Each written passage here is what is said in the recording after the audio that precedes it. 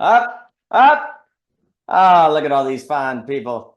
Oh my goodness. So Thomas Jockin has a course starting on Saturday, and Philip, look at that guy. So Thomas Jockin, I've gone through my Yes, life. He's probably in work or something. So I've gone through my life just fine without beauty. I've never needed it. Don't need it now. Why should I take your course? Why do I need beauty in my life, Thomas Jockin? I've been just fine without it. guys. Well said. Finally, I'm driving, so heads up. So that's why you're oh, man. You really put me on the spot, Daniel. Well, I guess the you would say that. Well, I guess that's the point, right? Basically, if you have everything in your life's fine, supposedly, the key is what you're thinking. You're not using beauty. That's is how true is that? In the sense of really, you never have any encounter of nature, for example, or the most important moments of your life. That this was never beauty in any way you interacted with. I'm suspicious of that point in the first place.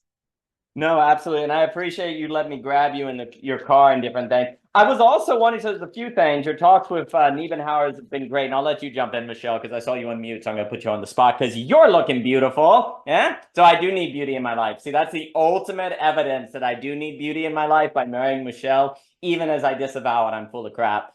So, there's this idea too. I wonder if we've overly emphasized maturity in terms of gaining truth and knowledge when really we need to think about maturity more so in developing capacity for beauty.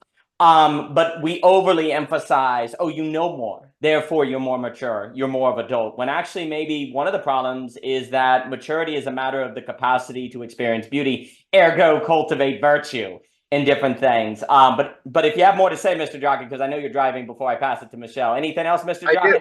Please. I actually do. I just talked about that with a friend of mine, that dimension of maturity. You know what's funny? Like, isn't that interesting? Maturity, another way I interpret it would be the awareness of the other and harmonization. Because the problem with it, maturity is you're actually all set, you're self-centered on the self. There is no other. There is only one self and what one wants and what needs. There's no ability to think, and especially under the context of dependence, usually initially in a state of dependence, which then cultivates a moment of independence. But then a realization occurs that the most important things in one's life are actually interdependent. Thus, an acknowledgement of the other and a harmonization is required, not and neither in a denial of the self of the one, but also an acknowledgement of the other as well. So, thus, actually, that corresponds exactly what virtue is all about, and as expressed by maturity. And the beautiful is very much and then what we're talking about is that discussion, is the harmonization of the one and the other together. Thus, that's why we have dialogues like Parmenides in the course, for example. Talk about that point. Excellent.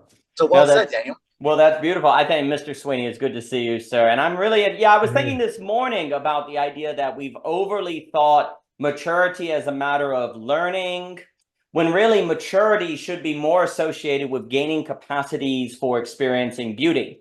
And also, there's a funny way, are we really mature if we're not virtuous? Can we really talk about maturity if we don't gain in virtue, which then seems to be the capacity to experience beauty? And so also, and then I'll give it to Michelle here, if there's something about education, because I know you were having that talk, and then Philip, Michelle, and then Philip, on this kind of idea on if education and beauty and those connections, if education is actually how we tend to think about maturity today, you go through school, now you're mature or whatever, which of course is a questionable rubric. But if that's the cultural association, then if actually what maturity is a matter to experience more and more beauty and to be more and more beautiful, which is tied to virtue, that would have educational ramifications. And then, funny enough, if in fact the beautiful is the truest reality of things, if we funny enough emphasize education for truth to know reality, then we don't even know reality, because the only way to get experience is the condition to have the beauty. Let me give it to Michelle and then Philip. Michelle, as you turn your, I'm sorry, I'm grabbing you on the spot. Michelle, see, that is an example Oh where I no, need that's beauty in my life. Exactly. you're kind, babe. You're kind. Great to see all of you, Philip. I almost didn't recognize you without your mustache. Andrew, it's great to see you. Thomas, drive safely. Yeah, I was thinking about I guess I've just been mulling over a question regarding like the fact that in life like it can be so fragile and there's always the possibility for like, unintentional accident or, mistakes. And I kind of wondered, I mean, I know you're driving, Jockin, so we can speculate, and not put you on the spot again while you're driving. Hey, Looper. But I was wondering what you think, how does beauty relate to that, to just, the possibility of mistake. What's that, baby? Okay. Sorry, Grace is asking me a question. So I hope that makes sense. It does. Well, on two notes. One is on the idea of fragility. There's that language from Symposium we'll be discussing in the course related to basically what Agathon presents his speech about love. Gets revealed that actually wasn't love he was discussing. Those attributes he was discussing about love were actually about the beautiful. And in particular, the idea that if you switch, he says, love, that which never does violence, no, never suffers violence, moves the hearts of men as softly on their hearts as on petals of flowers. So that kind of language of nonviolence, of devotional kind of change and movement and activity through nonviolence. It's very important from a metaphysics point of view, because violence means the change or the change by force that's unnatural change, basically against nature. So when an activity that happens supposed to happen naturally is not violence, because that's the definition of that. Now, mistake is interesting because that would be attributed to an intention. And then I remember this got talked about in Greater Hippias, this exact point. So when something is said, there's a proposition made by Socrates and Hippias where, the beautiful is that which is beneficial, and the powerful, which is the beginning of the good, acts that generate the good. But the problem is, having power, you can use it for evil. Basically, you can do evil or do things in error by activity, by action. So thus, those things demonstrate that the beautiful is not power, nor is it even beneficial. So, because that issue is that's ultimately actually a dynamic of the good, so of intention, and then having an intention that's gone in error. So those things escape basically what the beautiful is trying to get at. And I also say that's what that dialogue is trying to draw out in that one dimension of it. But another side is actually a very famous example. There's a very famous Gregorian chant that was over time when they were transcribing the notes for it. I forgot the one. I'll look it up later. But what happened was they put it in the wrong key.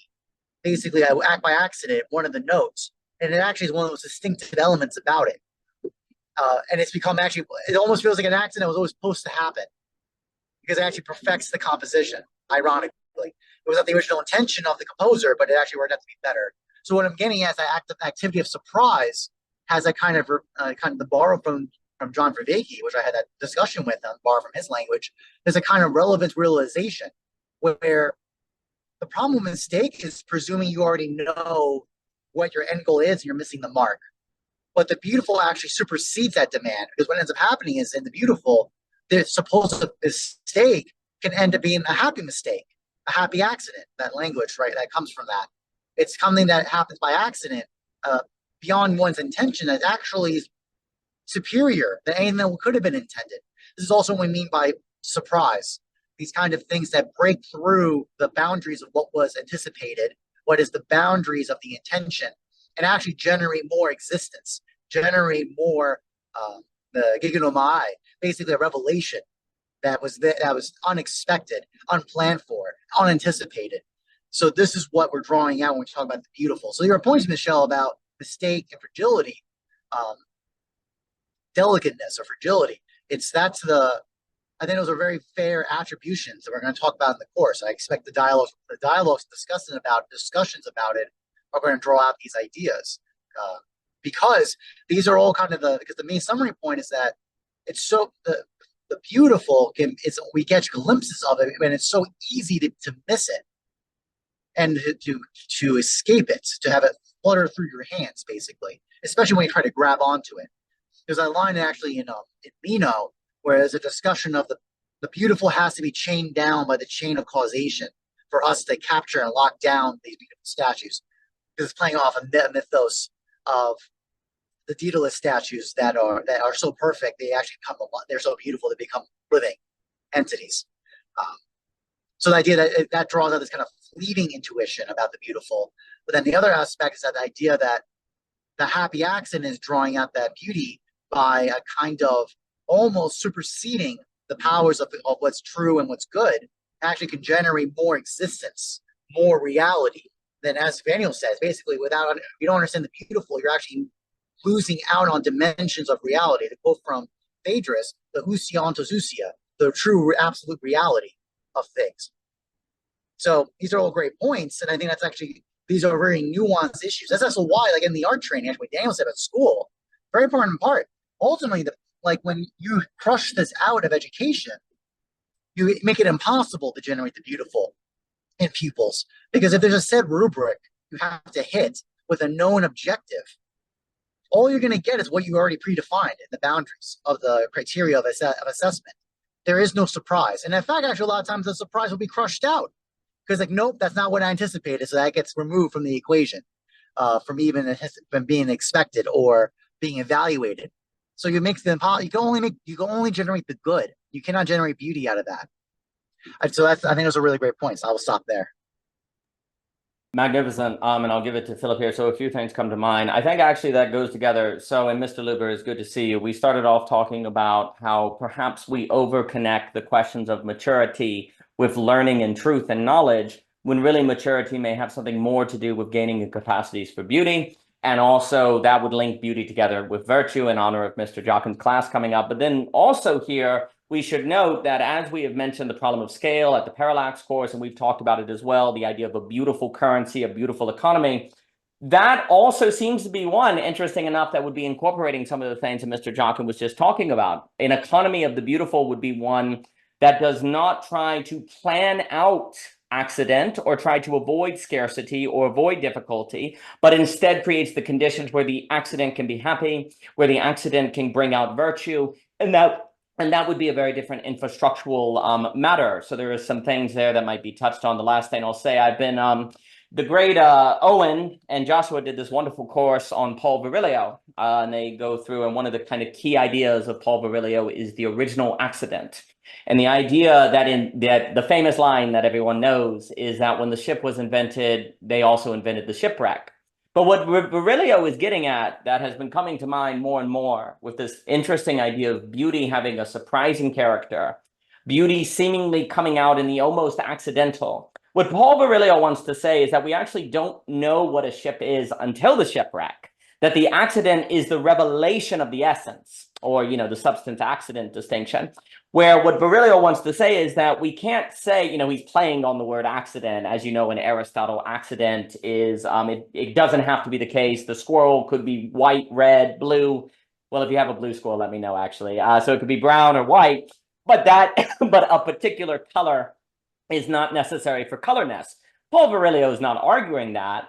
But what he wants to suggest is this interesting idea that actually, though, you need the surprise, the thing that seems like it could have been avoided, to actually encounter the substance. And what's so funny about that is I think that point is exactly what's being suggested, is that in a world where there was no accidents, there could be no revelation of beauty, right? And so the accident, the surprise, the thing that is not calculated, is actually central for the revelation of beauty. And if beauty is deepest reality, then to remove the accident is to remove the beautiful. But here's the other issue then.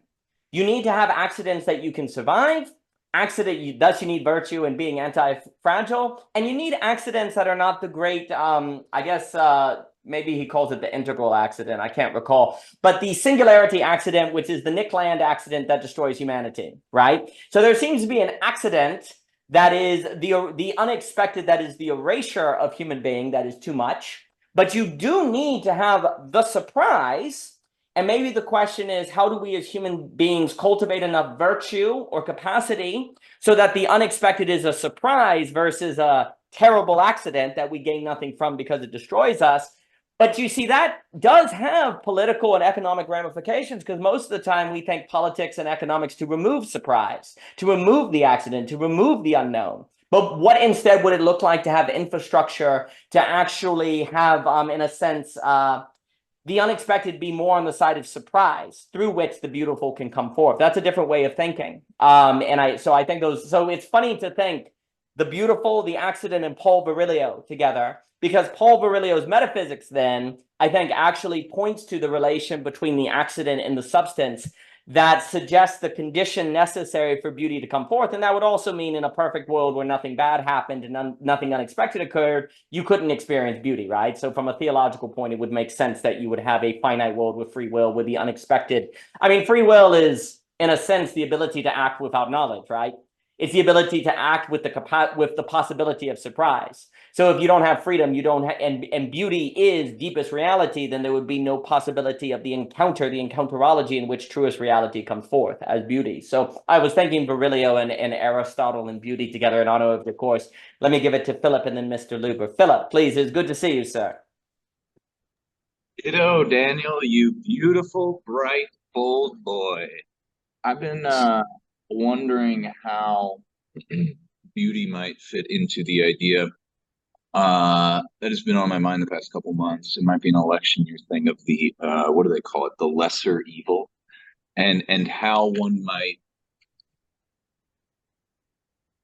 mistake one thing for beautiful when I'm sorry, I'm trying to take my hand down. When certain environments have been territorialized. So to speak a little bit on Dr. Benjamin Studebaker's idea of striving, settling, sinking, I'd like to add to it soaring, the idea being that we are more products of our environment than, kind of conditioned from the inside. And so striving would be seeking to alter the conditions. Settling would be saying, calling the conditions good enough. Sinking is where he gets into Illich's idea of disablement, where you try to change the conditions, are unable to, and so you accept the conditions of someone, and what they essentially do is overpromise, underdeliver, and then you're resentful. So what would soaring be like if we can look at, sort of, speaking of ships, like oceanic circumnavigation is a big deal for Nick Land. That's where he says the beginning of the end begins. And how, on some level, the ability to move from someone who rows to someone who sails is very unnatural, in the sense that almost everything that we do with our knowledge is like unnatural in a way. Lao Tzu and Chuang-Tzu, with the I Ching would have said, this is where we made our mistake. We've left, nature, a la Rousseau. But given that, who decides, right? Not like one of these like sayings like, I know it's pornography when I see it, right? Like, who decides the beautiful? If you have sort of, the most evil, the lesser evil, the lesser good, the most good. And I think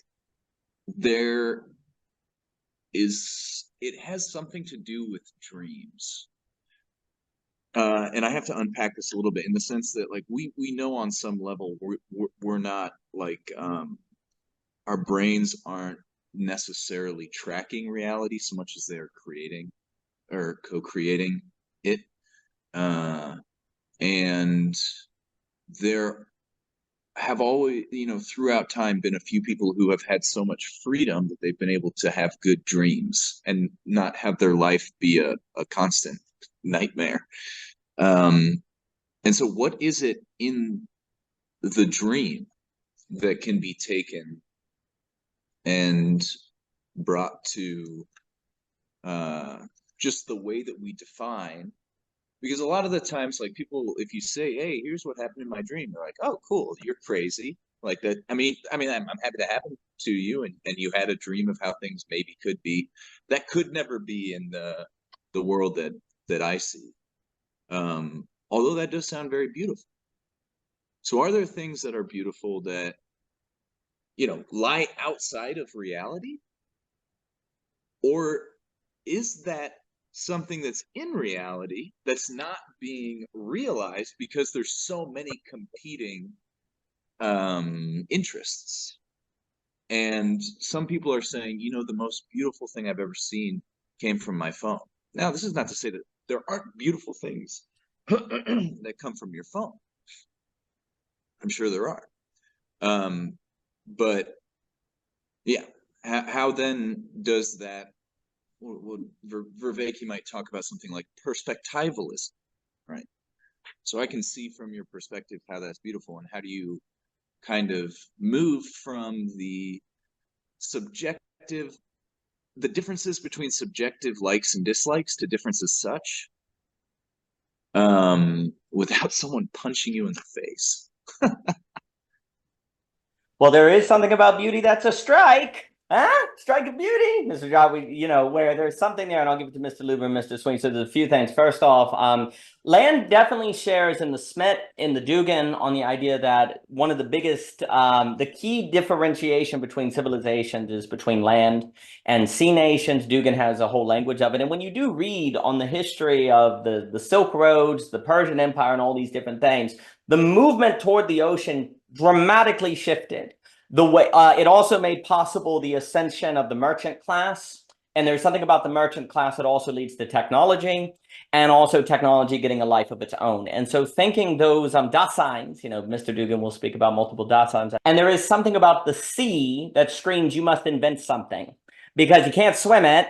You have to make something. And then wherever you go is an unexpected civilization. So you have to be inventive, creative, or violent, these things all mixed together. Or negotiate with whoever you interact with. So there's something about the sea that screams exploration and invention. And then there's something about land that Dugan will stress that puts an emphasis on land power, military, like the ability to move, mobilization, and so on and so forth. So in the same way that Michelle Bowens will say that we are in an age where it is now possible through the internet, et cetera, so forth, to have local dynamics on a global stage, it is interesting if we're in an age that kind of combines land and sea online. Is there a way to take land and sea dynamics and go together? And actually, you could argue that a lot of the geopolitical tensions that are going on right now are a result of sea nations not really thinking land problems in a world of global interconnectedness, which then actually makes everyone basically in a way through financial systems, corporate systems, share the same land, but you still have a different mentality shaped differently between sea, sharing borders with other nations, and there's a pluralistic mismatch there. Philip, please. I think add the cloud as well. Yeah. So we're all kind of cloud people, and that requires some sort of bringing together of the land and the sea Dasein, but people don't even know they need to do that, and they only have their one mode, and dare I say story, by which to bring to people, but they don't know it's a story, so they don't present it as storytellers, nor do they have the skill to do so, to reference Mr. Luber's work, thus leading to all sorts of various tensions. One more thing quickly. I think basically also, we can't demand beauty, because then it falls within the trap of our subjective. Beauty is the thing that demands of you. It strikes you. It freezes you, like the mystical experience or the vibe of a good party or something that you find beautiful demands something on you. Beauty automatically puts a theme, a command on your life, as Mr. Luber would say. But this is the weird thing then. If there is something about the problem of scale that involves beauty, then what it is the spreading of the conditions for the increased possibility for the average person to be struck by a beauty that they cannot command themselves. All they can do is humble themselves to the training and development to increase the probability of its occurrence without any guarantee, which is precisely why it can be meaningful, because there's a lack of guarantee. This is a very different structure, but without that, then you seem stuck in like infinite power dynamics between land and sea nations with their own Daseins that lead to all sorts of various tensions. There's more to be said on that, but the character of beauty as not something you choose, but that demands you, is a key flip for the possibility of overcoming some of those various tensions, or as Mr. Jockin would say, the collapsing of the beautiful into the good, where we simply refer to the beautiful as what's good or aesthetically pleasing, and then elevate that to some transcendental signifier, which then functions oppressively. So an emphasis on the strike is important. But let me give it to Mr. Luber and then Mr. Sweeny. Mr. Luber, it's good to see you, my beautiful friend. I hope you're doing all right. It's great to be here with you beautiful people. Uh, is it is it weird for me to designate you guys as beautiful people, considering we really don't know exactly what beauty is? If it's based on know? the memory of previous strikes and vibes, then it's a testament to that which is here and not here at the same time, and thus is in the spirit of Minnow. So I think we can get away with Okay. it. But I only to the have degree it's memory. a memory of the strike. Yes. I mean, you brought me to tears multiple times with your thoughts, so I guess I would count that as beautiful. Same with you, Jockin. So, okay, a couple things. Well, first, I guess I'll go backwards from what I'm hearing. So I think what I'm about to say is very debatable in the Heideggerian community, but I think I have a good argument for why what I'm saying is the case. This whole notion of, oh, I'm speaking toward that Dasein or that other person's Dasein.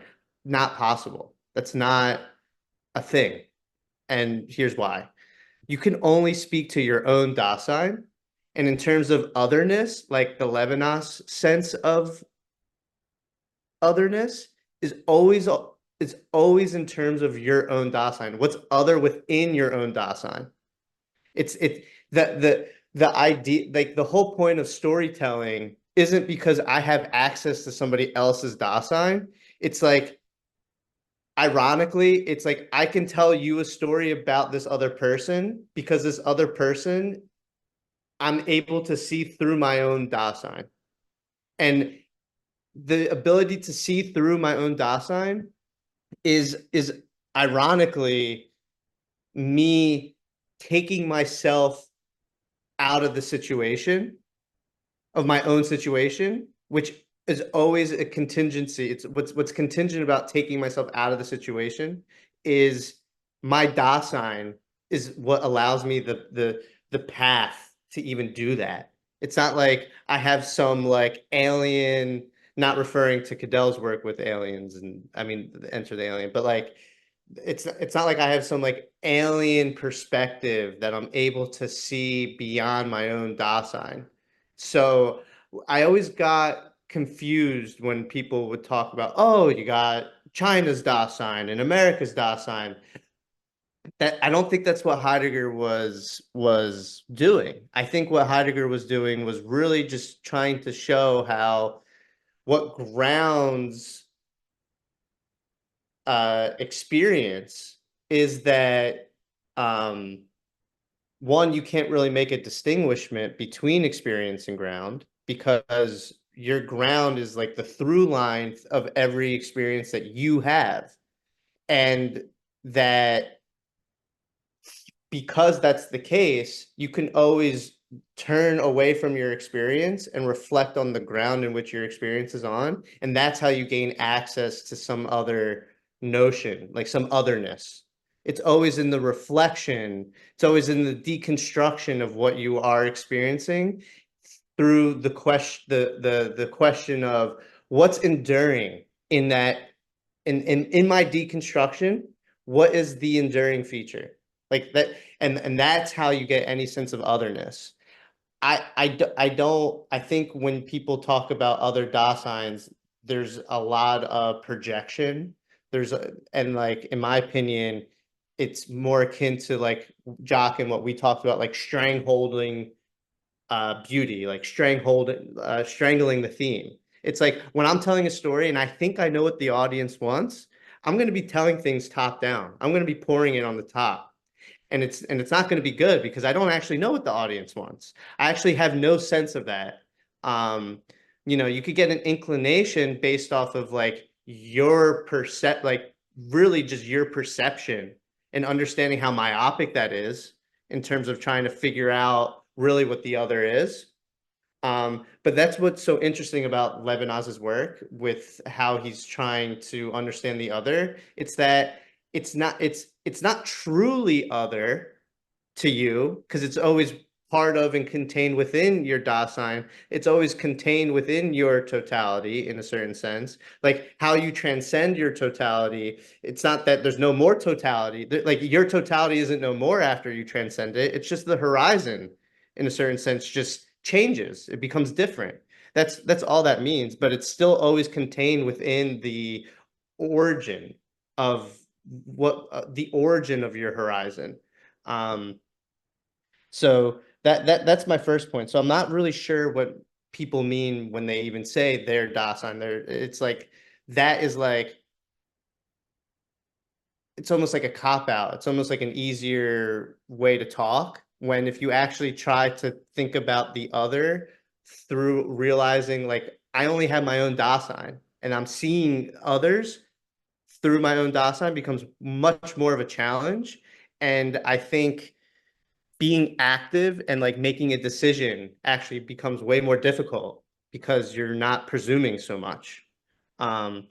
That's the first thing. And then the other thing I want to talk about is the relationship between beauty and metaphysics from what I'm hearing. So it's hard to like, beauty isn't this and it's not quite this. It's in this like in between space. It's not power, but in a certain sense it moves you. How dynamic beauty is the point of what metaphysics was always supposed to be. I think the way, Jockin, you're talking about beauty, to me, where I'm at with it right now, is that it is metaphysics. It's metaphysics in the sense that it's not supposed to be some myopic one mode or non-existing thing. Like, I think a lot of people get into this binary way of looking at metaphysics where it's like, it's not a thing, or there's only one metaphysics, where the reality is, I think metaphysics is always just like a glimpse and it recedes like beauty. And it kind of it shapes a domain, but it only shapes that domain based off of that given approach that you're doing in that moment. So like I think there's an infinite amount of approaching beauty. Like just like the theme, like I could have my approach to a theme, my way of doing a theme, but that's not like the only approach to a theme. And that's what makes it so hard to like have a science of it, because to have a science of it, there needs to be a singular approach. But when the phenomena or the object in question doesn't have a singular approach, then it's hard for it to just be a science.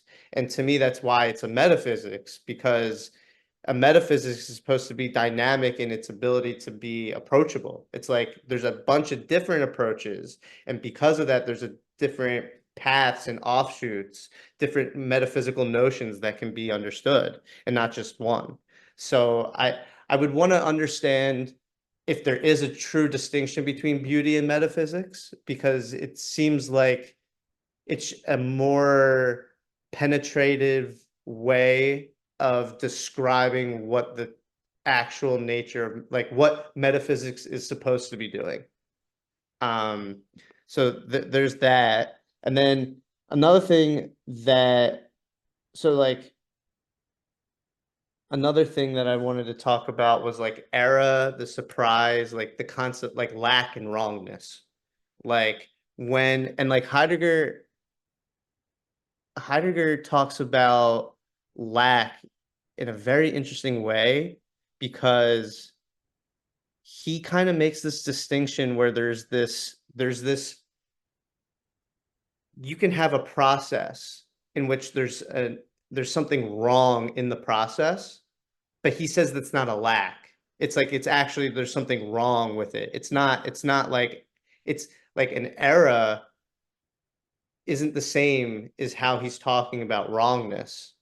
Like an error seems like, oh, it's like, okay, I am shooting a basketball and I keep missing my shot, but my form, there's an error in my form, or there, like that's like a slight tweak. You can adjust it. In my mind, it's like a lack. But the way he's talking about it, it's like you're shooting a basketball and you're so far off from what shooting a basketball is that it's just completely wrong. It's like almost, and I'm not saying I agree with him, but it's like beyond lack, in the sense that it's like not even doing what it's supposed to be doing at all. Like it's just wrong. So I want to understand the difference between like, yeah, you could be lacking in something, but then you could be in a situation where you're just completely, it's nonsensical. Like lack isn't nonsensical. You know, when from what I understand, like when you're in a privation, it's like it's not nonsense that I have no food and that I'm hungry. Like it makes perfect sense. But there's like a different situation where something can arise where it's just like it's like the situation as a whole, the totality of it is just wrong. And in that sense, it's like it's just completely nonsensical. It's completely detached from any origin that it may have had. Um, so there's that, and then one more thing, like uh, in society, when people are fixated on error, the problem the problem I see with that is uh, the approach that they take in the unfolding that they're in when they encounter that error. If they have a different position, a different approach, they don't even see it as an error. Like, like they see it as what actually allows the unfolding to continue. And then when that paradigm happens, what do you call that? You don't call it error, but you don't call it like, it's not necessarily like, oh, this is the next piece of the puzzle. It's not fitting here. It's it's something else. And I'm not sure what you would even call that because you're going beyond the conceptions of good and the good and bad, correct and incorrect. So that's when I mean, it's like a cop out to kind of say, we need a new language.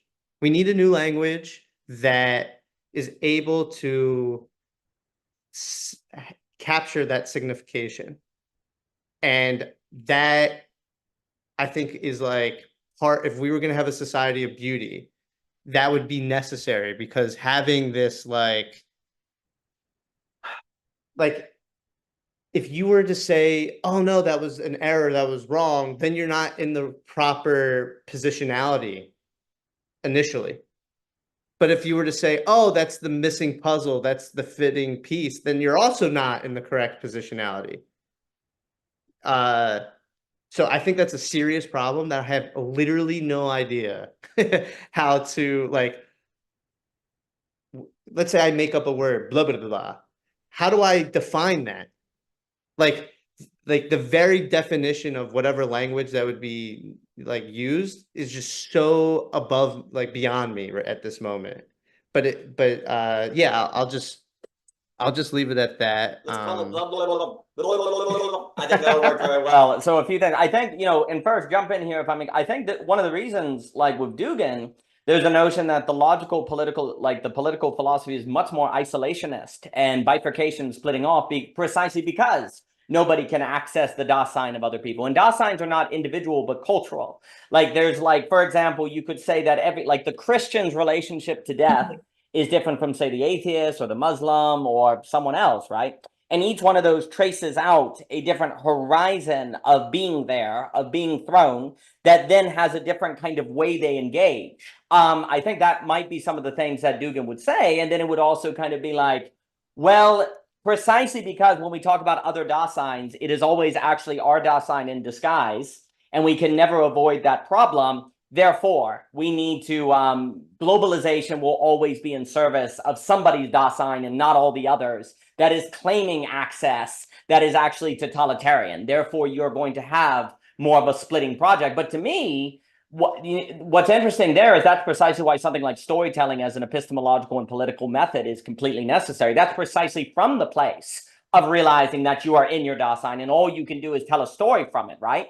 And so it's very interesting to think about storytelling as actually what epistemologically follows from these cultural differences that are deeper in the Berger or Hunter sense, as opposed to structural, as opposed to just holidays or clothing or different things like that. Let me pause. What do you think of that? So what I would say to Dugin is it's still an assumption to say you are following a cultural Dasein. Like, yes, there is like a Christian culture, but like I've met people that have very particular, in a good way, where it's like my theology it's not one for one. Sure. And like I find that like the inherent storytellers like you, for example, it's like you can't really do one for one with anything. Like like it's people can understand, people can relate when you tell the story, but it's not like they weren't already having that same notion. They had their own notion. Like that's the problem with reading. I mean, it's not that's the beauty in reading, you know, where it's like me and you can read the same thing. It's the same thing, but we have our own approach to it, our own like perspective of it. And I would just say that, like, to really show that storytelling is a certain epistemology, I can't say the word, it's recognizing it's like I'm a Christian, you're a Christian, let's say. I have to be able to tell such a story. I have to be able to tell such a good story that that it's shown to be my own story, and yet you can relate to it. Mm-hmm. Isn't the same as telling the same story, unless I'm misunderstanding. Because from what I understood what you're saying, it's like you have the Christian paradigm, which everyone within that paradigm tells the same story. And in my experience, like in like the everydayness, like I have two Catholic friends that have different Catholic notions. Sure. It's like not a possible thing. And then from like an from an ideal standpoint, it's like easy to think, oh, well, there's the cultural Dasein that they're operating under, but it's really not.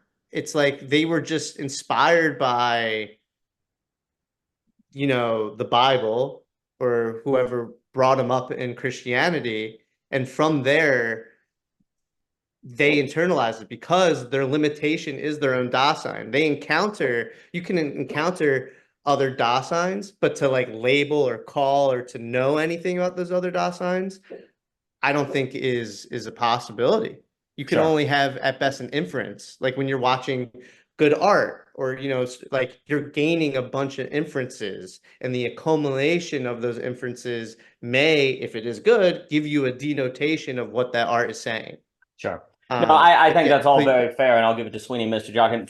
For me, maybe what Dugan would say is it's not for one, but there are ranges. There are ranges. Like the way that someone who lives on an island thinks because of geopolitical concerns is very different than the very existential condition that someone that lives in a landlocked nation would think, and that would transform their everydayness, because you literally could have people on your border with tanks, whereas if you live in America where you're separated by oceans, that transforms your existential thrownness because of the geography. So it's not an equal sign, it's a kind of fuzzy, but there's a kind of fuzzy range that's going on. However, that very fuzziness, I think, can be actually used as an opening for breaking through Dugan's logic on a kind of faded isolationism, because if there is a fuzziness, then there is a certain movement. There is the possibility of interpretational difference, say, on Christianity. And if something were to come forth that was compelling or beautiful, that could pull people toward them things, and even in their individual positions, the very fuzziness suggests the possibility of movement because it is not dogma locked, if you will. So I do think the point you're getting at is that I don't think you can talk about different Daseins in a very kind of like deterministic way. I think we see lots of differences. At best, it's a fuzzy range. And if it's a fuzzy range, then there's still the question of the clearing and the grounds of intelligibility that Heidegger moves toward, right? And if that's going on, then we can move from that into beauty, which would then bring us to this question of beauty and metaphysics. I'll let Mr. Jockin talk about, because now I'm thinking about beauty physics. Maybe we need to talk about beauty physics. And it's also important to note, I think, and I'll give it to you, when it's called metaphysics, as we know, it's just the section next to the physics in Aristotle, right? So there's a funny way in which, you know, the metaphysics is just the continuation of the physics, right? And if we see it that way, the logic of the metaphysics kind of starts in the physics and carries. And if we see in the metaphysics a logic of beauty, then actually that logic is also a description of the movement of physics, and it just continues forth as we examine it more and more. And so it could be beauty all the way down, at least in various descriptions of the movement. What were you going to say, Mr. Luber? So this fuzzy that you're talking about, like I talked about this with like Hegel, where it's like he's saying multiple perspectives on the same topic at once. Like, he'll say something and then he'll say another perspective that in a certain sense almost contradicts the initial one, but it doesn't. Like, they're both in a certain sense compatible at once. It's like when you realize the nature of Dasein, what happens, and like this, I feel like it's like a natural response to reading Heidegger. You start coming up with your own neologisms. You start coming up with basically different ways of saying multiple things at once. But then Heidegger at the same time notices that, I think in his like later, like in the 30s, like 10 years after being in time, where he's then like, the problem with neologisms or any isms is that they become derivatives of the thought. So let's be careful. Let's not go all the way to that extreme, because even in that thought path, it's not good. So the tricky part is to have a language that's not reductive, but at the same time does reduce. It's very weird, and it's very strange. And I think a lot, and then I'll give it to Sweeny and Mr. Jock. I think about the distinction industry, where you can make an industry of just endless distinctions or endless interpretations, but you're not getting to the root. And yet getting to the root requires taking into account the existence of the distinction industry. The very fact that the distinction industry is possible, the infinite chain of examples, says something about the root of intelligibility that has to be approached. And that's always kind of an interesting move. It would suggest there's some sort of infinity or ever depth to the root. That's this kind of distinction industry. The other things that are very interesting are this question between lack and wrong, error and unfolding. I think that's actually getting at something very important, because it's almost like we have to make a choice on if it's a lack or a wrong, which would make choice very fundamental here. Because you experience something, and why do you make the choice to say this is a lack, thus calling me forth, versus this is wrong, meaning I should correct it? There's some sort of element of choice that has to be made there, I think. basically something that I'm gaining from Schelling. I think the way to go about everything that we're saying is everything that you're taught when you use language, that it's in direct relation to some mythology, some story. So it's like they're aware of a overarching story that the language that you are using is causally related to. Yeah. So there's a mediation where the listener is having to take the language in a myopic fashion, like we do colloquially right now, but then they have to make the extra step where they then relate it back to this overarching story, and then they see the dynamicness of the language, like in the dialectic between the language and the mythology that language arises out of. That's when you can get, I'm thinking just, I think it's very Chilean or whatever I think that's like the way to go potentially. I don't. Oh, no, Yeah. I think I would just say there's a way in which the distinction or the example industry can lead to a bad infinity. But then if it could refer to something like beautiful, it would be a true infinity, right? Or if it could reach Mr. Ebert on the idea of a saturation point that would then have a phase transition, right? So what's the difference between adding distinctions, adding examples, adding different languages that contribute to a true infinity or a certain saturation point as opposed to a bad infinity? You know, what is the difference between one's orientation to the distinctions, which then actually may have ramifications for economics, because what's the difference between money that's just not the ever growth that becomes auto-cannibalistic versus the cultivation of growth in economics that's actually forming a true infinity? Where it's not just an infinite, like it's not just a regressive industry, but an investment industry. But let me give it to Mr. Sweeny. You know, I was still meditating on the subject of beauty and kind of how I see it. From the perspective, really, I started in Zen in the perspective of Japanese aesthetics. In Kyudo, you know, you miss the target. You never aim directly towards the target. And so it's a fracturing of forms rather than just a revealing of forms in a way.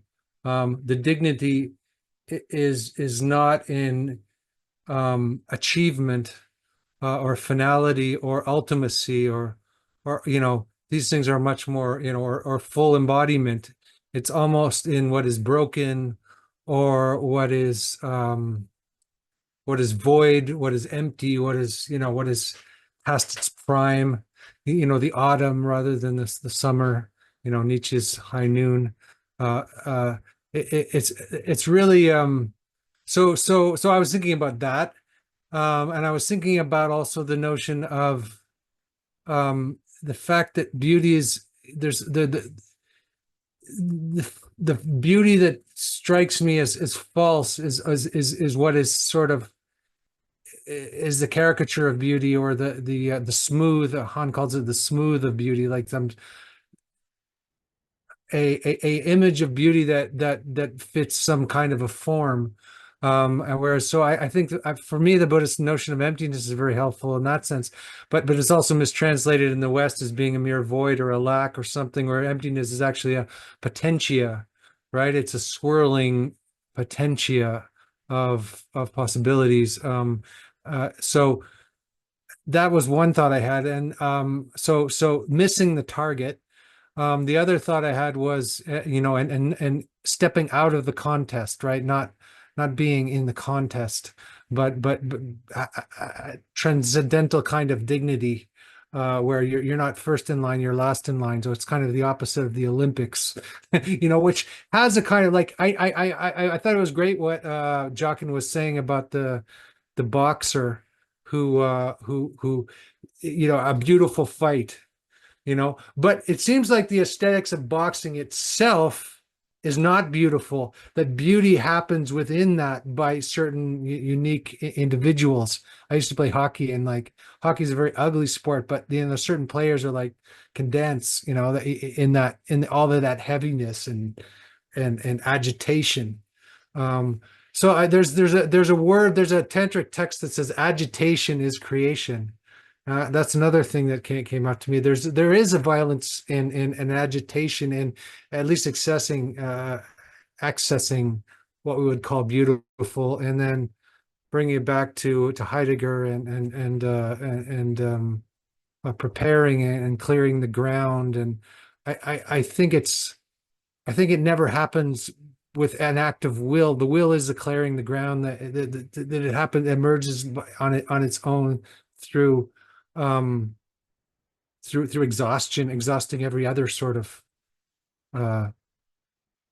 mode. It's a perfect comment, because it's on this question of like, and I'll give it to Mr. Jockin and iPhone 77, is that it could, like, there's this idea as well, like on this question of the difference between lack and error. What's the difference between the broken Japanese art, I think wasa, it starts with a W, that's then beautiful, as opposed to the broken cup that's just a broken cup and it's not art, right? Like there's a difference between that aesthetic experience that seems to be a big deal. And also it's very interesting, like you say, like on this idea of if one sees wrestling or hockey or boxing, you don't necessarily think of it as beautiful in just the actions, but it's almost like Mr. Jockin has said, it's the last note of the music that then changes the meaning of the whole. When there's a certain threshold crossed, the meaning of the entire boxing transforms into something beautiful, and that's like the highest compliment or the highest wrestling, which is very interesting, because maybe a sense of the ending, a sense of the possibility of the last note is part of the difference between lack and wrong, I'll say. Whereas wrong, you say, there's no possibility of a note that works retrospectively to change the meaning of all that has occurred to make it beautiful. Whereas in lack, you say, no, there is that possibility. And then the question that Mr. Luba was getting at on what exactly is this sense, this sixth sense, this third eye, this kind of, I think about the Burke, like when you sense that this is lack, not wrongness, if I'm wording that correctly. I think it's a massive question. I think of something like intuition as Bergson talks about it. I think about intuition as Hegel warns against, but then also has a certain honoring of it in regard to the absolute, and so there's this interesting idea where what is the sense that there could be a note here at the end of a song per se that changes the meaning of everything that came before it in a retrospective manner and thus makes it Beethoven's ninth, versus in wrongness, you're like, no, there is no note. I just need to turn off the music and start another song or something. Like maybe that's another difference. Where in lack, it's like keep going. Where in wrongness, you're like switch. It's like this is wrong, so I need to switch. Which both has a certain sense of something is missing, but in wrongness, what is missing is the possibility of a final note that changes the meaning of the whole.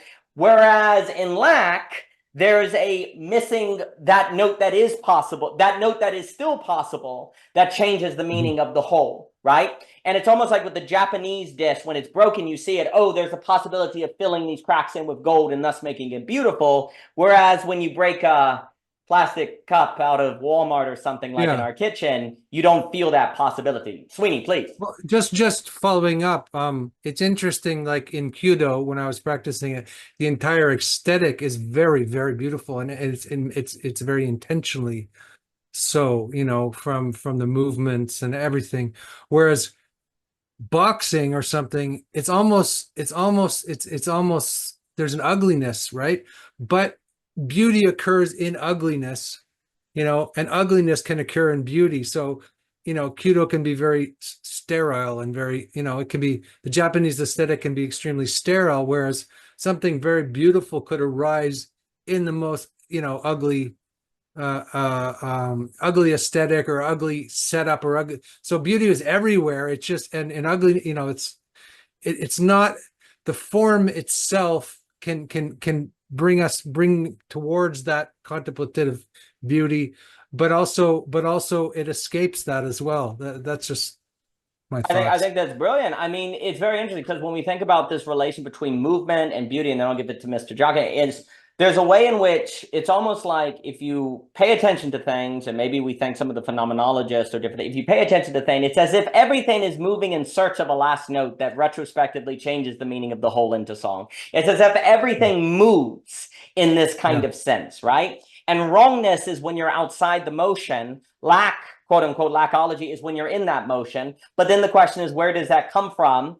Well, you could talk virtue, intuition, like there's this some sort of cultivation, seemingly to go back to the first thing we were talking about. Maturity seems to be gaining in the capacity of that sense, which is mysterious, but it almost has to be mysterious. Otherwise, we would teach it to 2-year-olds, right?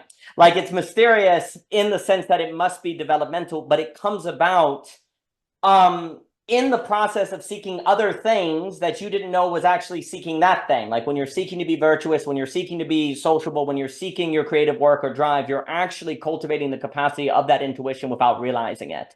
And then you just kind of lean. And then as you get older, you eventually gain in freedom and possibility. So you have to make the choice, the absolute choice, as we've talked about, to either lean into that or not. And so it is interesting because the last thing I'll say is, again, the economic ramifications of this is that, you know, people talk about recycling, reuse, redoing sustainable systems. If indeed you had a sense of what one needs to do to make, instead of replacing things, it's a question of a socioeconomic system that gets better at putting things in the order they need to be toward that last note to change them into music. There's something recycling about that is not based on the good, but in the process of moving toward the beautiful. Right? Like, what would it look like? You know, because I'm always thinking about the economic ramifications of a movement toward beauty. Like right now, recycling tends to be based on the good. It's good to recycle. But what if instead we thought about reuse, recycling, reprocessing, just like the Japanese aesthetic, as in what do we need to do to this thing to move it into a sustainability that's making it head toward that last note of the song that retrospectively changes the meaning of the whole? We don't tend to do that in recycling now. We tend to replace or to reuse in recycling. But if we secretly actually want to use a new thing, we're just recycling because we don't want to be a bad person and our neighbor will judge us. That doesn't seem to be the same as working in terms of beauty. But let me give it to Mr. Jockin here. Mr. Jockin. Yeah, that meant a lot was said. So I need to kind of just paraphrase everything together. I think what Luber said and Sweeny said, I think a big distinction, or just to draw out what when we're trying to clarify these points of error and lack, is that, and Daniel, you said it yourself, these moments of beauty that have this quality of lack have an exemplar nature to it. They demonstrate a possibility to create a potentiality, as McSweeney said, as Andrew said. So it's a kind of creative possibility demonstrated to you, that there's a new reality presented to you. The term is actually, we talk about this in Greater Hippias and in Parmenides, gigonomai. It's a kind of coming to be, that it's a brand newness, having new life that is it's unanticipated for, unspoken for, unaware, that retroact, as you said, Daniel, kind of quoting from me, the note of retroactively transform everything after. So, for example, even the boxing point, that's the point, that, you know, it's generally based on concursive force, right? boxing is basically cultivated violence, right? That's kind of the argumentation about it. But yet when it's channeled, but just like any material, basically you take these things. See, there's actually, Daniel, kind of reminded a political discussion we had once. Basically, like, how do we have a political order that generally gets captured by the dark triad?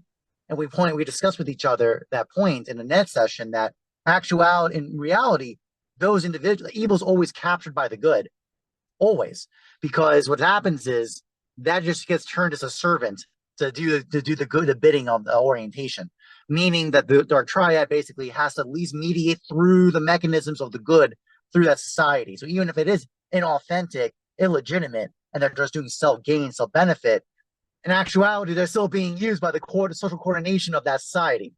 That's the point. Evil's actually not in power. It's actually being a victim. It's actually being coerced. It's actually being moved through into the good. I'm saying that because the violence and the ugliness of boxing gets transformed in these extraordinary moments that are literally hold in memory and are exemplars that trainers have boxers point to say, not just in replication, just repeat it, but to show what's a new possibility. So I think that's actually that ties into another part, which is and I talked with Luber about this privately. We had a private conversation, semi-private, it was recorded, but I don't think it was publicly shared with Luber about pain is a sign of lack, right? Because lack has equivocal meanings for Aristotle, and one of them is very important. It's the sign of lack is pain, which whatever has corresponded with it. But lack is that contemplative joy. It actually, when you're in a certain character mode, you actually have a state of joy in observing it, because as you said, this is kind of good infinity. You actually see the abounding, overflowing a possibility of this event. Versus with us is a kind of absolute. You comment as an absolute choice. I say it's a cultivation of character, that the same moment can be either perceived as an error, which is pain, or as a moment of lack, create a possibility that something more can be generated from this. There's a new possibility that is possible. Also reminded, didn't Hiker have a comment about the correct versus the true? I think he had some commentary about that. I wrote about that years ago. I was reminded of that point too. So the point of like, what's correct, you will be absolutely correct in all the statements, right? But you actually are still lacking the truth of the matter, the essence of the reality. The example I used was kind of a combination with Nassim Taleb, where if you just looked at the average of things and not look at the distribution of things, you're actually mistaking reality. The example is, if you got a room on average, it's 70 degrees. So that seems perfectly fine for a grandmother, for an elderly person to be in. But in one room, it's an even distribution. It's uniform, versus another room for an hour, 30 minutes at 0 degrees, 30 minutes 140. Okay, the average is the same. So that's the point. So that average is correct. It's correct, but it's not the truth, because there's a second order distribution that actually points to the real reality of things. That's kind of what we're getting at here. Which is also kind of what Luber said about the isms, right? These kind of intellectual objects or abstractions that can point us to some nature of reality, some aspects of it. But if we're not careful, they can obscure us, just like that room example points out. Luber did point out his question about a science of the beautiful. To be honest, generally the probable way we would talk about this, and I talk about this in the course, is analogy. So the analogy is that possibility to allow, through a multiplicity, generation of new existence. And the most concrete example I can give you is proportionate analogies. So when we hit the proportion as a 4-term versus a 3-term analogy, you can generate something that is absolutely not there in any one of the individual parts, that in the combination of the 4 generates a unity that is in true reality the whole parts. So thus it's actually to analogize, to point out from Greater Hippias, an affection that is not as absent from each individually, but is there in both or in all, an example, in combination. So that would probably be the short answer. Now, that would be kind of a discussion. That's the point. It's a science in the sense that it can be discussed and observed, but as I point, like the particular form, A is to B, C is to D, that can be formalized, but what units get plugged in it is infinite. It can be generated. Just like, actually, quite frankly, a good example of this, by the way, even in pure mathematics, is the transcendentals, like pi. Pi is the relation, it's the ratio between the diameter and the circumference. That's what pi is. It's a ratio, but yet it has an identity, and that identity is incredibly beautiful because it appears in all these domains of reality, the normal distribution, imaginary numbers. I can go a bunch of lists of these. So that's partly why it's useful to talk about beauty. The mathematical sense of beauty is this kind of deep penetrations of reality, that things have a deep interconnection with one another. And is it interesting that it's actually through the ratio of something that's an irrational object. Remember, pi is irrational. It goes on as an infinity when you try to convert it into integers. But as a relationship of the circumference to the diameter, it actually has this all this absolute identity power and application in all these different domains of reality. So that's what kind of draw out how this would look like, a science of the beautiful. That's just glimpses about, or kind of dimensions I think about it. But I think fundamentally, to tie it in, the issue of lack versus error draws up a problem. It's just an ambiguous, equivocable term. We have to draw some distinctions. The one useful one is probably that a kind of qualitative affection of pain versus joy, the contemplative joy. And obviously the same object can based on the condition of the subject, can orient towards either pain or joy, contemplative joy in that same experience. I think it's quite useful. That's all I got. Wonderful. I'll give it to iPhone 77 and then Andrew Luber, and we'll find out if I'm wrong or lacking. If it's Alex Ebert, it could be Javier, it could be Haven on the other phone. It's hard to say. I really like the idea on lack as having this contemplative joy to it, because, you know, you've said before, and I think it's correct, that there's something about lack that's always tied to excess. Like there's so much light, it's in excess of what you can handle, so it blinds you. So the lack and excess go together. Where maybe another issue is in wrongness, there's a lack of excess, you know, wrong, you know, there's not really excess in wrongness, but misapplication. The other thing I think about, like you were making the example on pi as being irrational, I was speaking with Guy and Clayton, and one of the things that, like, Leibniz talking with Descartes was like, hey, Leibniz, a lot of those contradictions and paradoxes are simply a result of you not moving to a higher dimensionality to solve the problem, right? So when you were saying at pi, it's irrational if you stay in integers, but if you move into relation, it actually becomes something meaningful, you could say, or applicable, right? So maybe wrongness occurs when we are not moving to a different dimensionality or a different orientation that will change our towardness to lack. Like something is wrong, because, and it's only wrong to the degree we stay in it. You could also say maybe you encounter a wrongness, and if that calls you to move to a different dimensionality or a different orientation, say from algebra to geometry, to use the Leibniz Descartes example, well, then wrong was analogous in that example because of choice for lack.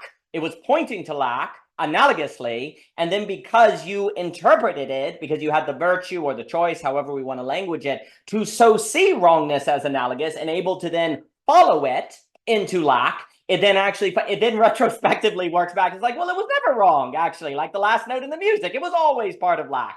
But that's one of the confusions here, is that many things that are errors and wrong, perhaps, could actually be an invitation to choose a movement from that wrongness to a different dimensionality or a different orientation, that thus change it into a relationship of lack, which then retrospectively makes it seem like the wrongness was always lack, but it was only such because one had the virtue or the conditionality or the choice to move in that direction, right?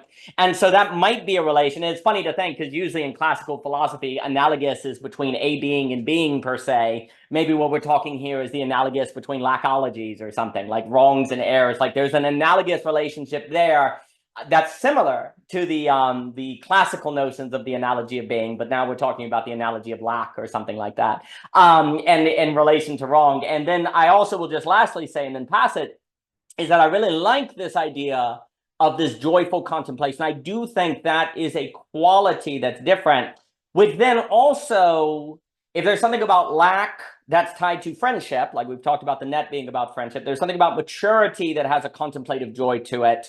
There's something about lack as well that you want to maintain, because it creates precisely a certain relationality that keeps you in drive. And then we think psychoanalysis with lack and drive and all these different things, that then actually the virtuous is able to keep lack, or keep the vibe, if you will, of the friendship in a manner that keeps it drawing closer to closer. So another thing is that, like, there's something about the virtuous that keeps lack here precisely so there continues to be a generation of excess, keeps it in friendship, keeps it in marriage, keeps it in relationship, because the moment like a marriage becomes entirely, say, capathetic, if you will, versus apathetic, when you know everything, just like Blondell pointed out, you get bored, or there's nothing to know, or there stops to be relationship. Like, so there's a funny thing that the moment you know everything, things become entropic, like Cheetown would say. Jockin, please.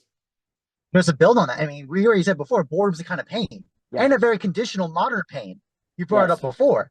There's no literature, there's no documentation of boredom being an issue in the past. This is a modern ailment, which is a kind of modern pain. Just to draw out that point for you. No, that's exactly right. And so boredom, if we use it with the analogy of lack per se, should be pointing us actually to the, there is something that is incorrect in my orientation. I need a metaphysics. There's a dimensionality to my metaphysics or orientation to the world that is missing. I need to move from algebra to geometry per se. I need to move from the irrational to the relational per se. I need to move to thinking that the point of a relationship is pure being as opposed to the maintaining of lack, so that it actually continues to be alive.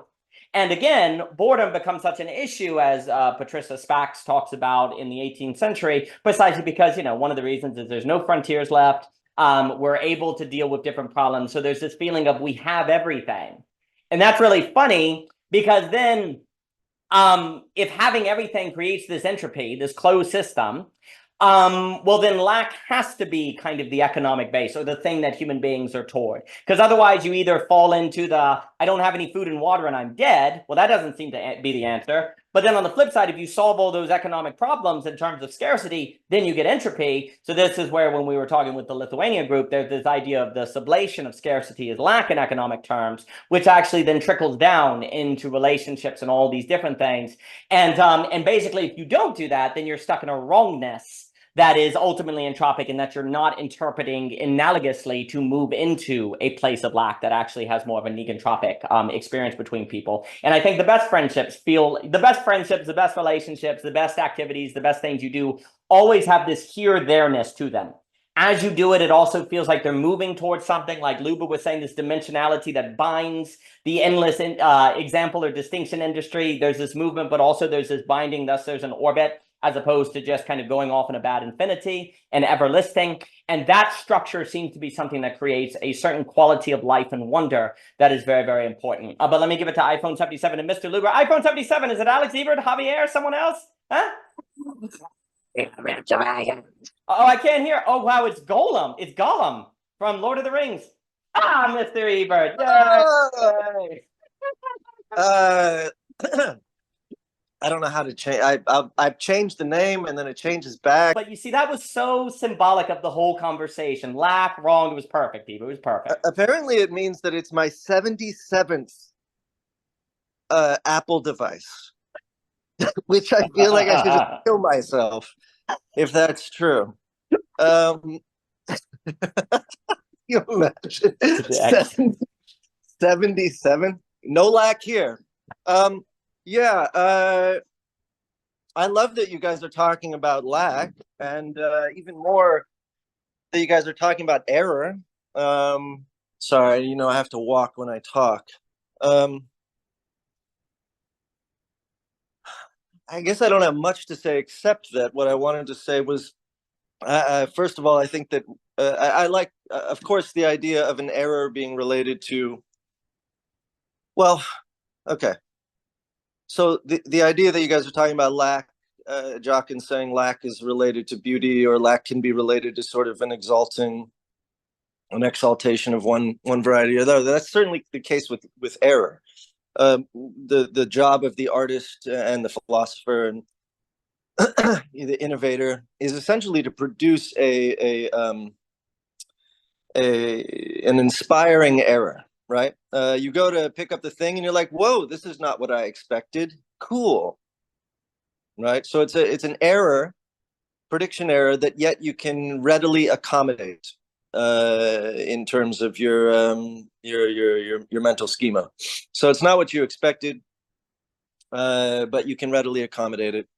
And it becomes part of your operating framework from then on. So when you encounter that piece of art again, in theory, it produces less of an error, or it reminds you of the initial error or whatever. But we've talked about things like that are sort of unschematizable because they're so unique and strange. Like, let's just say it's the Grand Canyon or something. And every time you see it, no matter how many times you've tried to schematize it, like, yeah, that's the Grand Canyon, every time you encounter it, it produces the error, and it's a pleasant error. So there's a wrongness to it that is transcendent. And what is it transcendent of? It's transcendent of your cognitive schema. So there's that. The idea of a lack, I think, can be readily viewed as a schematic absence, something that you tend to have present within a given schema, like food, but it's absent. And then that's not a problem, right? Unless that absence is multiplying, and the extent to which you're oscillating within that absence to the point of excess. So you start off without food, but you just ate. A couple hours go by, and then eventually it starts to occupy the whole of your thinking, until it reaches a threshold beyond which the absence is in excess of your ability to cognize anything else. It's the only thing you can think of. It has fully monopolized the territory of thought. So I think it's interesting to think of lack as absence in excess. And in terms of lack as beauty, I suppose we're talking about like the butthurt poetic longing. I'm not sure what we're talking about there. But there is certainly a beauty to melancholy. By the way, I want to say that boredom and melancholy and ennui, and I think the Greeks called it, it's acedia, acedia, whatever that is. And so the idea has been around for quite a long time. It's not terribly modern.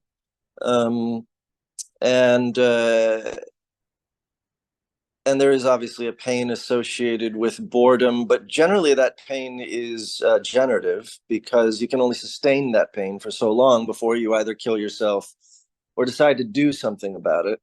One of the great parenting techniques that I like is to allow my child to become bored, and experience her own threshold with boredom, beyond which she's like finally like, okay, fuck it, I'm going to start drawing or something other than, media. But that's, we all know the whole philosophy of boredom concept. But anyway, yeah, I just wanted to say that those two little things with regard to lack and error and wrongness, and I like the idea of like, is there a distinction between wrongness and error?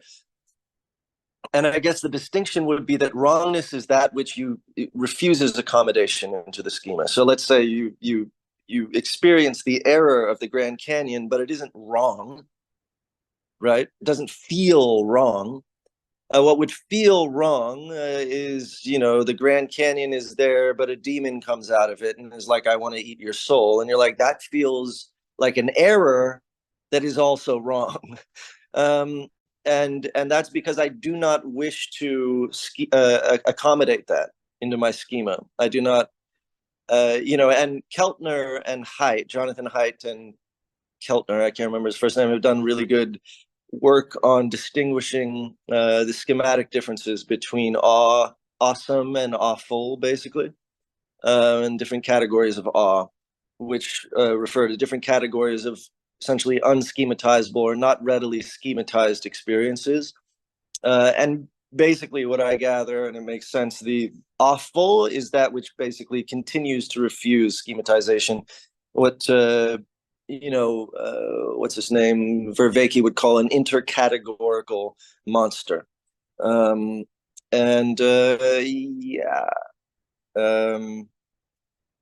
Another interesting topic, I think, is of course the beauty of ugliness, simply by way of asymmetry to societal acceptance. Ugliness has become sort of the standard bearer of beauty. I know a lot of very hip people who refuse to find anything classically beautiful as beautiful. and rather think those things are gross. You know, Chris Hemsworth is an ugly duckling, and they would much prefer, you know, whatever, the dude from The Bear or something. So, you know, it's like, it's a very, that is a very sort of culturally flux situation that has more to do, again, with asymmetry of experience, and that we associate beauty with an asymmetry of experience, something that we feel like is ours, something that we feel like is intimate. And if it's owned wholly by the world and everyone thinks the same thing, we lack a sense of intimacy with that experience. And so we seek out more intimate variations on beauty, which is to say we seek out more asymmetrical forms of beauty. Divine. I'll give it to Mr. Luber. And so the few things, you know, one of the things that you were speaking, I think about, and I really do find very interesting, this distinction between error and wrong. And there is something about wrongness that is a refusal for this game. Like you're wrong, but then you refuse to acknowledge that you were wrong, or there was an error and you actually refuse the error, and you act as if your previous schematization was still right, even though you're encountering counter evidence or something like that. I think that's quite good. One of the things I think is very interesting is how we actually want to be in error. When we long to be in error, actually. When we think, like, for example, when you think a party's going to be boring, or you think the Grand Canyon is going to be boring, you want to be wrong. You want to be in error, actually. Because error means the thing actually was good. But there's this interesting idea is which, like, we want error in many circumstances in life. Like, we think we know what life is all about, and we want error about that. We want to not be correct when we think we know what life is. Mr. Sweeny, good to see you, sir. Always a pleasure. We enjoy our parties, so our Thursday parties to announce the weekend. So it's fun. Thank you, Mr. Sweeny. So there's this way in which we want to be in error, but how do you want to be in error? By definition, you can't want an error.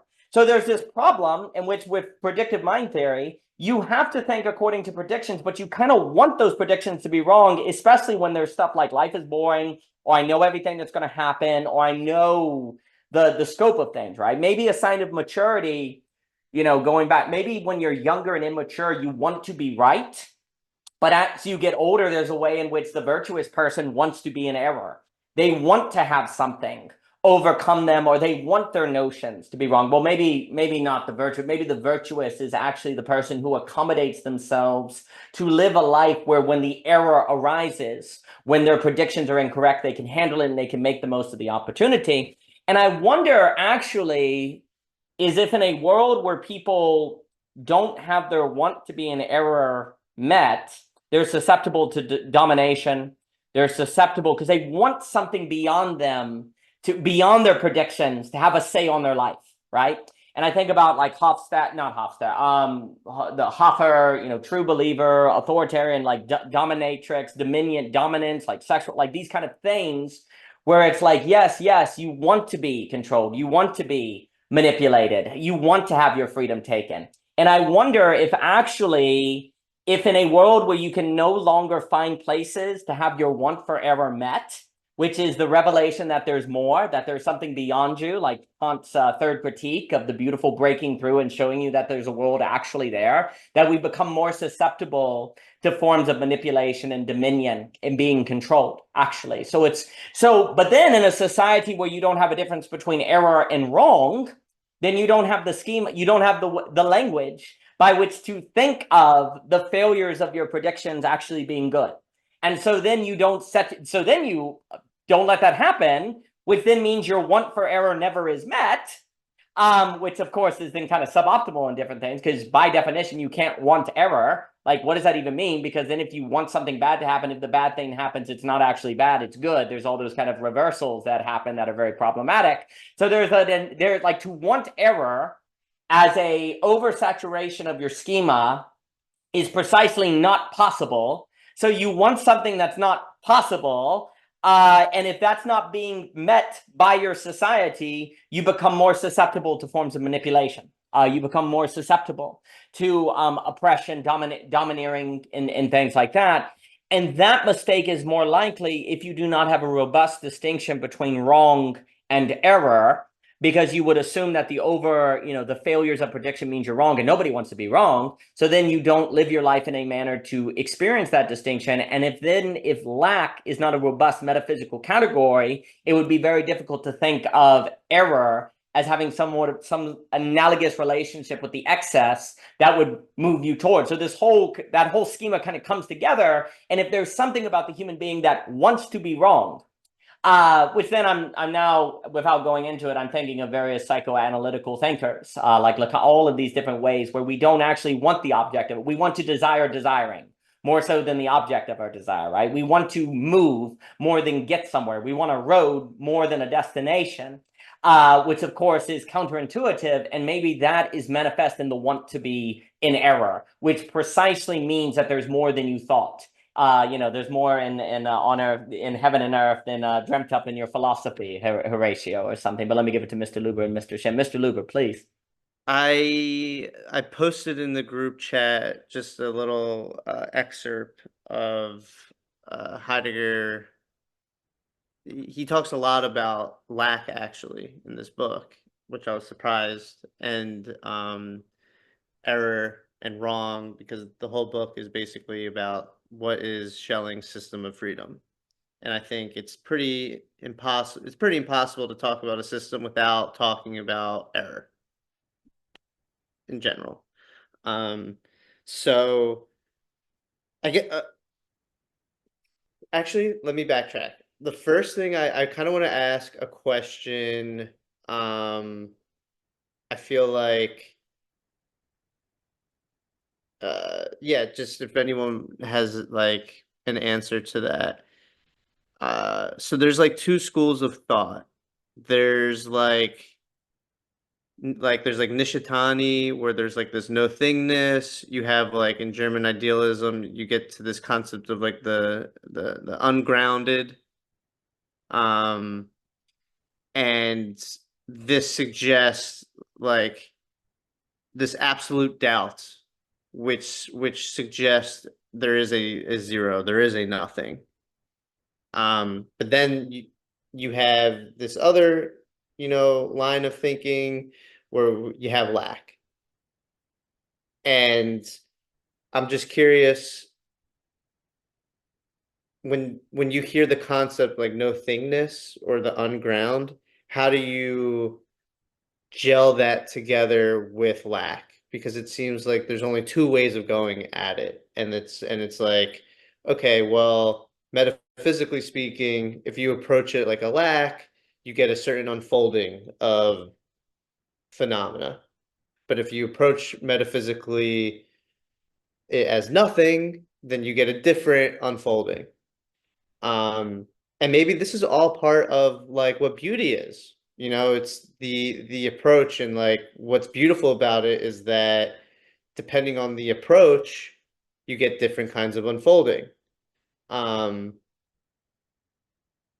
It's almost like not beautiful to say one is correct and one is not, because then you're kind of like strangholding what beauty is, and you're not letting it recede, go away, dissolve, however you want to frame it. So I have that question in mind right now, I guess, with what Ebert was saying with error, because how do you talk, like the thing that Heidegger is talking about, it's like, how do you talk about wrongness, or let's just say error? How do you talk about error when it comes to that metaphysical dimension? So he uses like this example of, oh, sorry, did you? Okay. Not to interrupt. I'm yeah, please. No, I think the question that's being asked is tremendous, and cut me off. Basically, the issue is, if you take no thingness or groundlessness, if you take that all seriously, that either has to be chosen to mean nihilism in the sense of like this kind of bad nihilism, or it means, okay, well, we can't find the grounded thought, so it has to move into encounterology. You have to move into situations of encountering things. So, for example, if I say Michelle is a no thing in the Nishashanti way, that could be turned as in nothing in kind of a deconstructional bad way. Or it can be like, no schema of thingness of Michelle's identity will ever be adequate, therefore I must go encounter. And actually, no thingness in that sense is apathatic. Certainly in the Japanese, there's an apathatic sense to it. That means that we have to continue an ever relationality. I think also, like, let's take Kant's third critique, because I always find that very interesting, where Kant's like, okay, the experience of beauty gives us reason to think there is an external world to us, even if we can't cross a noumenon. That's what's kind of interesting. Like, even if thought itself, following his metaphysics, which obviously other thinkers critique, there's a notion of the experience of beauty, the experience of the surprise, and the world is still there when you are suspended in that would give you reason to think the world is there. So likewise, but that must be encountered. So there's no thingness in the sense of what's the point versus the, wow, we really need to emphasize like creating conditions of surprise and relationality. And so I think like no thingness, groundless, like if you say there's no possibility, well, wrongness always in the sense Heidegger, like on the quote, wrongness only makes sense as an encounter. Because if I say, you know, that's the problem, is like wrongness is a revelation that thought is about creating the conditions of encounter and encounter well.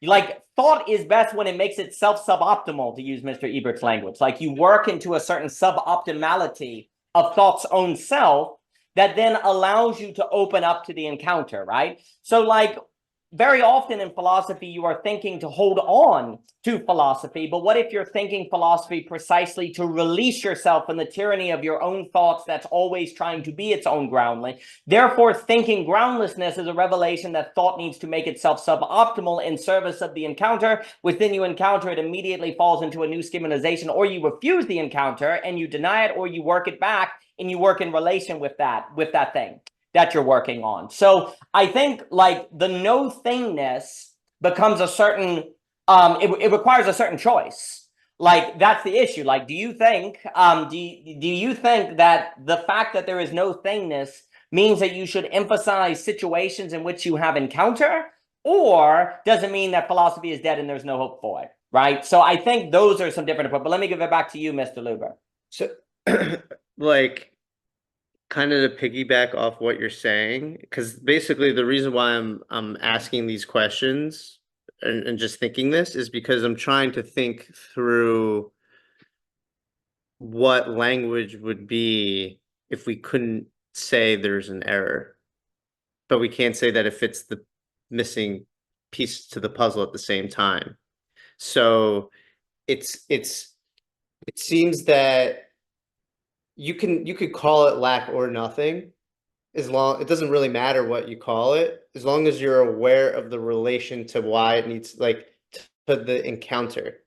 Like you could call it nothing and that's fine, but if you call it nothing without it relating to some encounter, then it just takes on a different form completely. So it seems like language needs to be situated such that you can encounter it.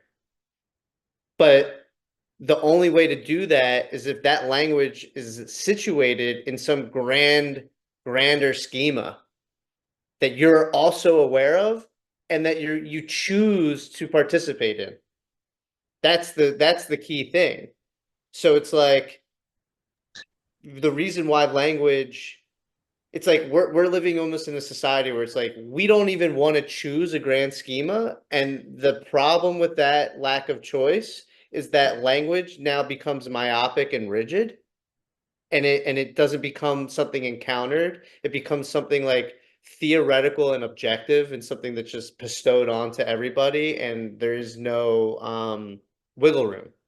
So it seems like if there was a science of beauty, like to go back to that, it would have to do with how the science is in how we approach language, and that's why it's something that we can discuss about, and it's something that we can observe. But it's not science in the sense that let's just wait and see what happens with this phenomena and record it, and then do it again and do it again.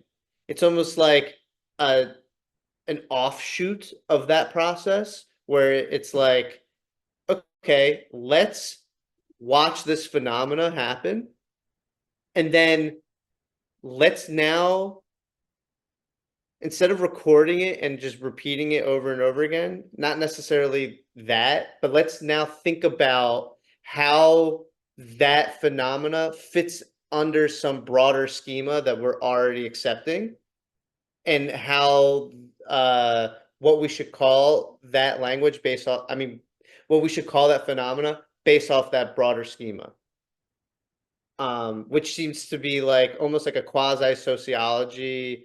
Like it's like this in between of, in my mind, like storytelling with how we tell the words, how the words have to do with the phenomena, but at the same time there's some like sociological element where this phenomena is already positioned under some schema that's existing prior to us even experiencing the phenomena.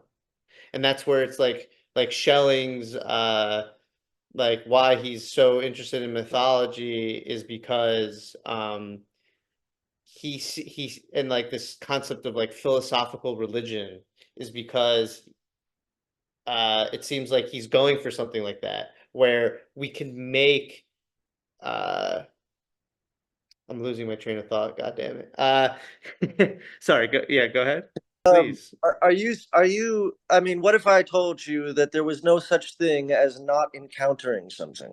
Like, in other words, encountering an abstraction is an encounter. Encountering nothing is an encounter with substance. It's all a positivity, if you will. Does that change anything you just said? I would agree with you completely. Like that's the whole like Jockin's point where there is like nothing. Like even when you talk about nothing, you're talking about something. Like there is always an encounter. So then yeah. what's the question? Like if we enter the world with a pre-given schema that precedes an encounter, but the very givenness or thrownness, if you will, of the schema is an encounter. I see. Well, there's like particular encounters, and then there's like how I'm picturing it at this moment. There is the broad encounter that gives rise to any particular counter that you have to choose and accept. So that's why it's like classically religion. It's like, oh, I'm Jewish. So like if I see this particular thing, I have to see it in a Jewish way. Like that is a bit rigid in my mind, but at least it's like getting like a step closer where like the whole point is like a science of beauty. A science of beauty would have to be looking at language in a way that's dynamic. It's not rigid. It's and the reason for that is just simply because uh you're seeing how it's always lacking in relation to this broader schema. And because you're seeing how it's lacking in relation to this broader schema, you're able to play with it. You're able to have different conceptions of it. And once you come up with a different conception, it's like the beauty recedes, and then you're like fixed on that conception until you realize it meets that threshold, that conception, and then the lack reemerges. And it's like, okay, how is it lacking again? The question happens again. How is it lacking in relation to this broader schema in which I'm a resident in, so to speak? I does that make sense? I'm really thinking out loud here. I'm not. This is not like Are you well equating thought out. lack directly to beauty then? That beauty, the prerequisite for the process which leads to beauty demands a sort of niche space of lack Yes. in which to develop the sensation of beauty.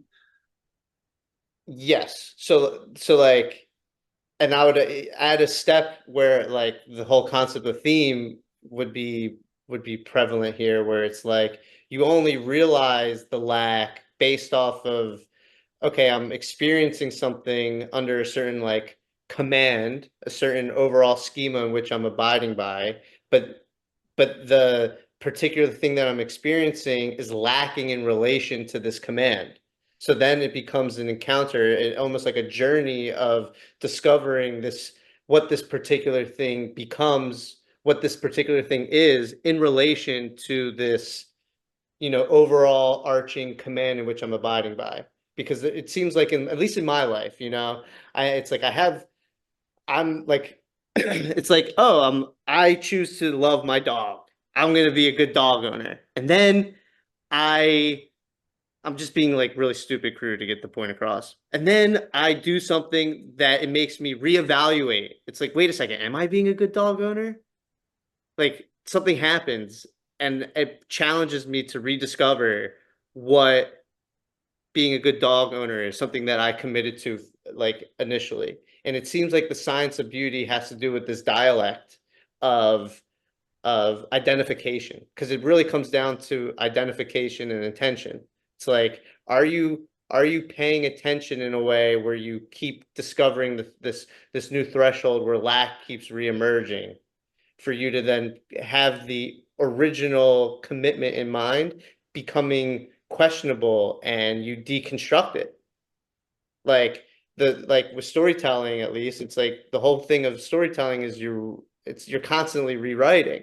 Like you're constantly, it's not like the story's changing per se, but it is. Well, what yeah. if beauty is more the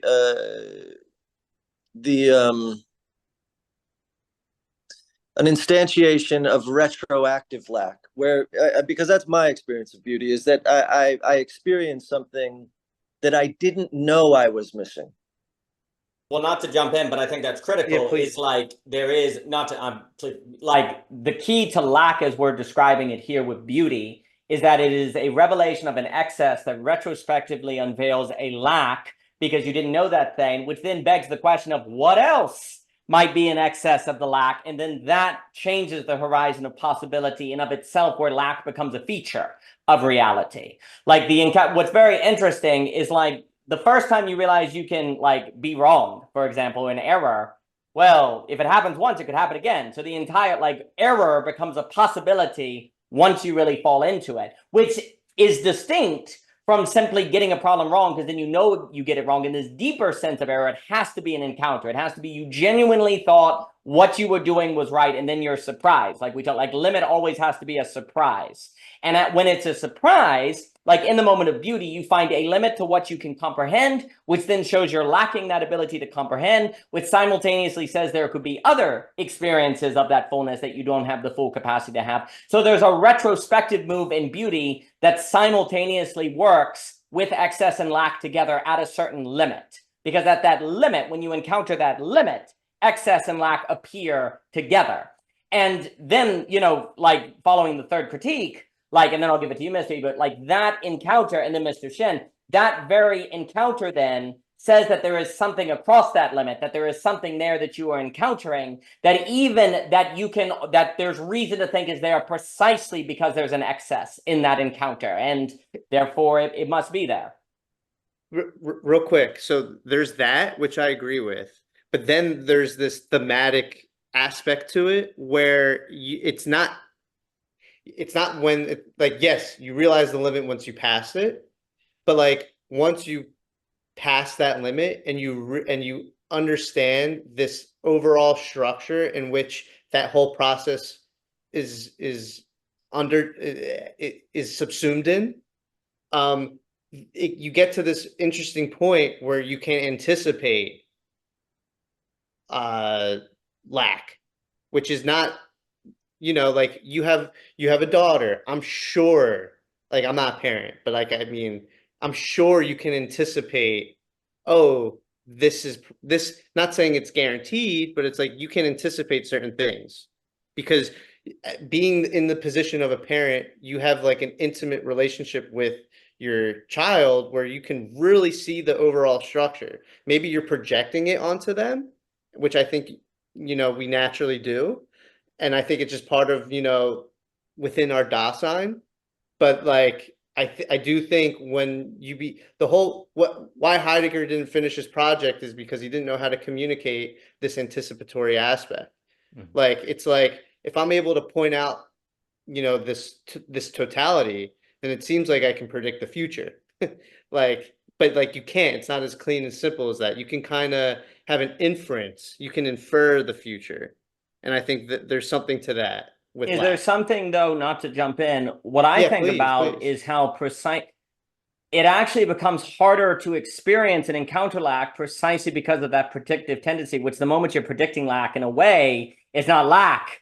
It's an idea of the lack. Like that's the problem. Like you precisely get a sense that you can predict it, which then in a way makes it part of not lack. It's just the word lack. And actually then it becomes harder to experience the limit precisely because that's why it's so hard as you get older to stay in the beautiful. Like I think when you're like you see kids like Deleuze and all them talk, they have this more natural ability of whoa, whoa, whoa. But as you get older, you precisely are predicting the lack, which then is actually turning it into not a lack because you're predicting it and thus it's expected. Thus, even if it is the idea of lack, it is not the encounter of lack.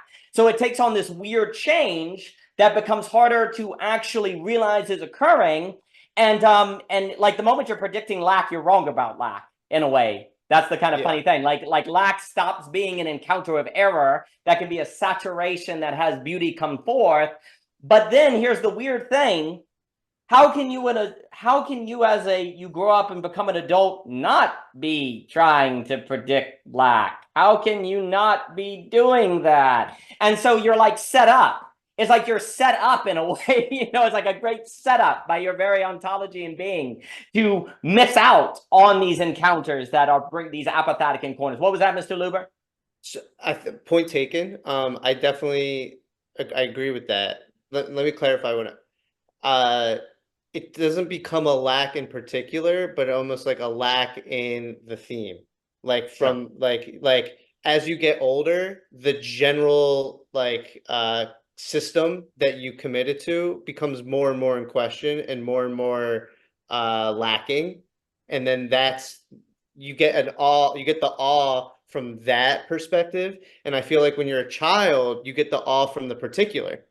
Like you don't have necessarily like a deep like a vision of your life, but like that vision becomes, as you get older, more and more complex. And I feel like the lack shifts from the particular to the abstract as you get older, and that might be a rebuttal to what you're saying. I'm not sure, but I do. I think, and then I'll give it to Ebert. I think that does happen, which then in a funny way, when the lack moves to the abstract, it's not actually lack anymore because lack is in the encounter. Like once it goes to the abstract, this is the weird thing. Like what I would say the great, like epistemology makes the distinction between coherence and correspondence, right?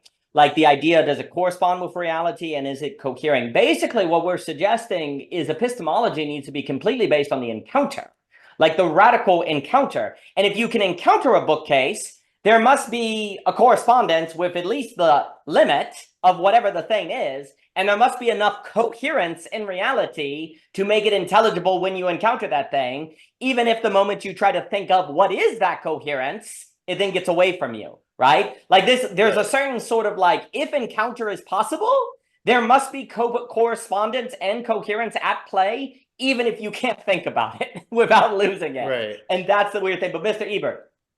Yeah, I was just going to say that, well, I mean, what I hear Luber talking about is essentially the dissipation of the schema altogether, which is to say death, and that I mean, I've always thought that death, the presence of death as a sort of futuristic projection on a retroactive lack.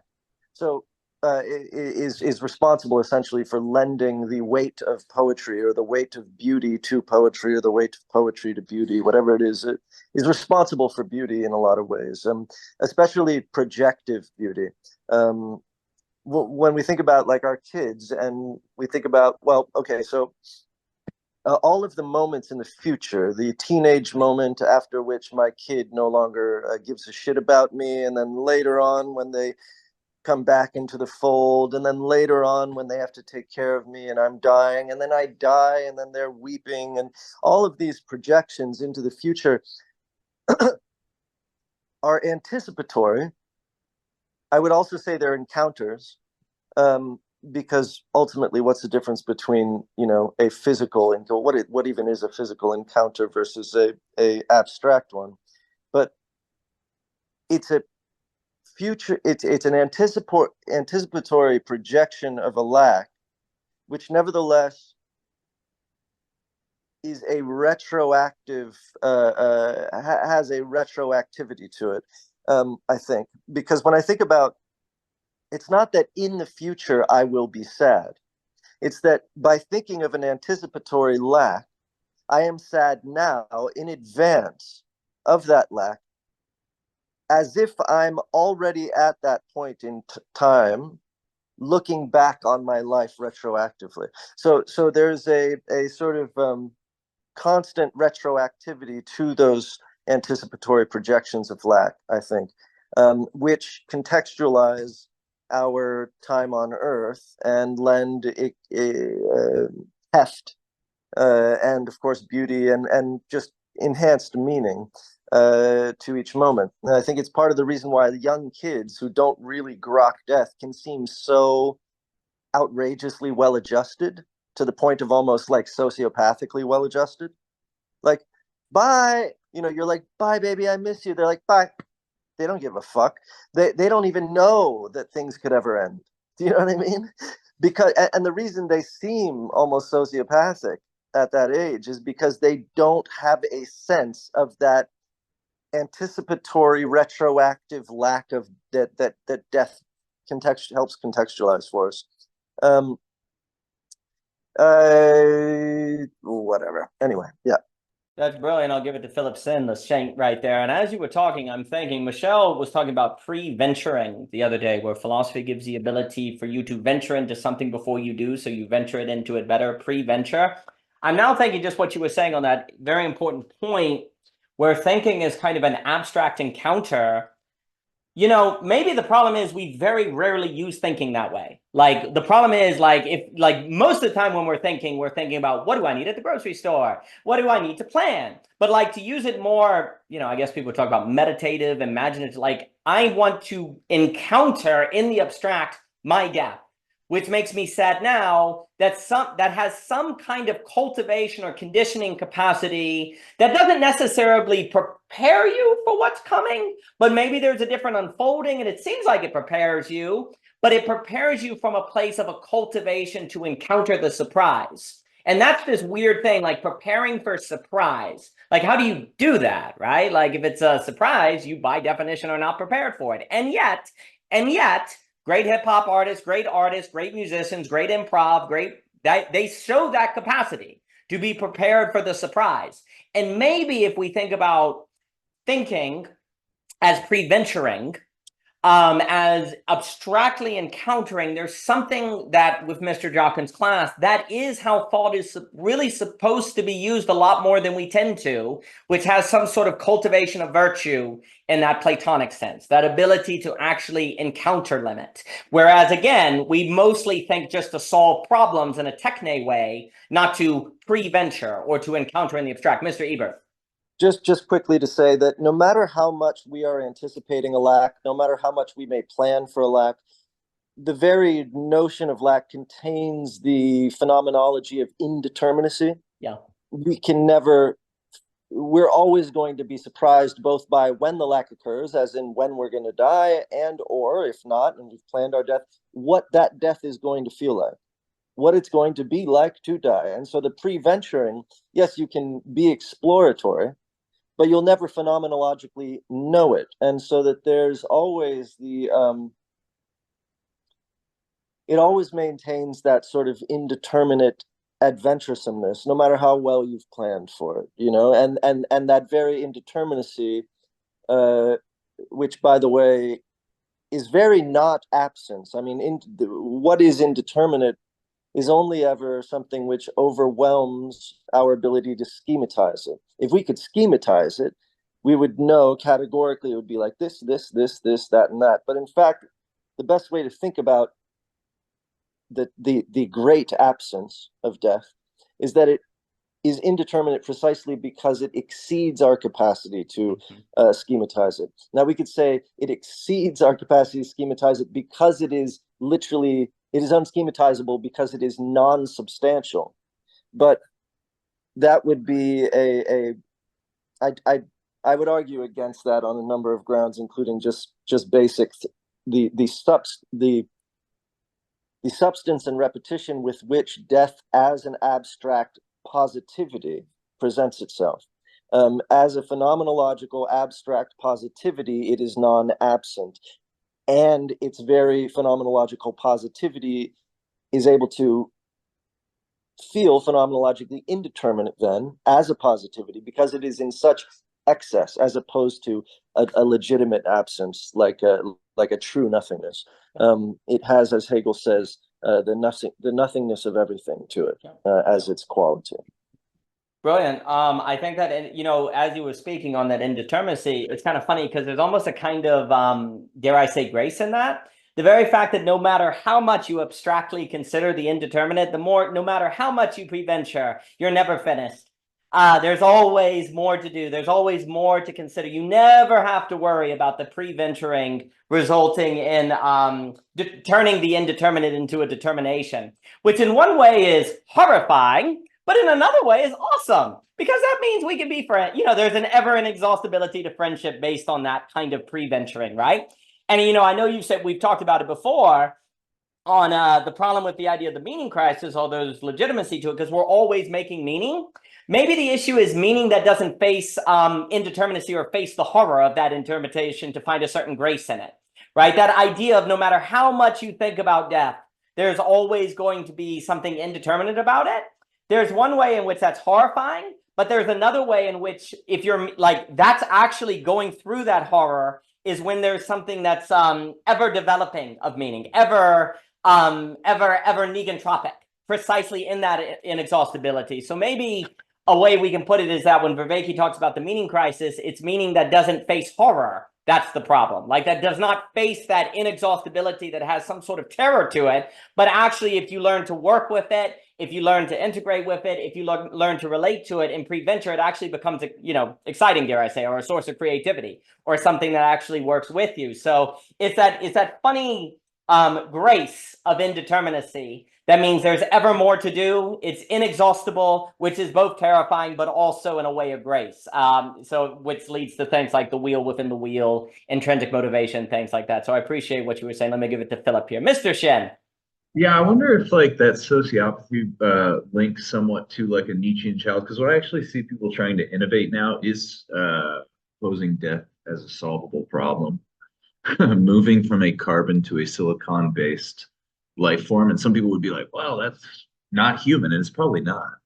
But it would be a very different way of dealing with what we now consider indeterminacies. But I want to talk about another dog owner who also happens to be from Frankfurt, Nietzsche's teacher Schopenhauer, because most of what he talks about in The World as Will and Representation, I think, is pertinent here, where most of the time, like, if we look to like physics as like first order effects, that is to say charge, spin, angular momentum, force, second order effects being more like temperature, colors, and then we get to identity and more culturally coded stuff.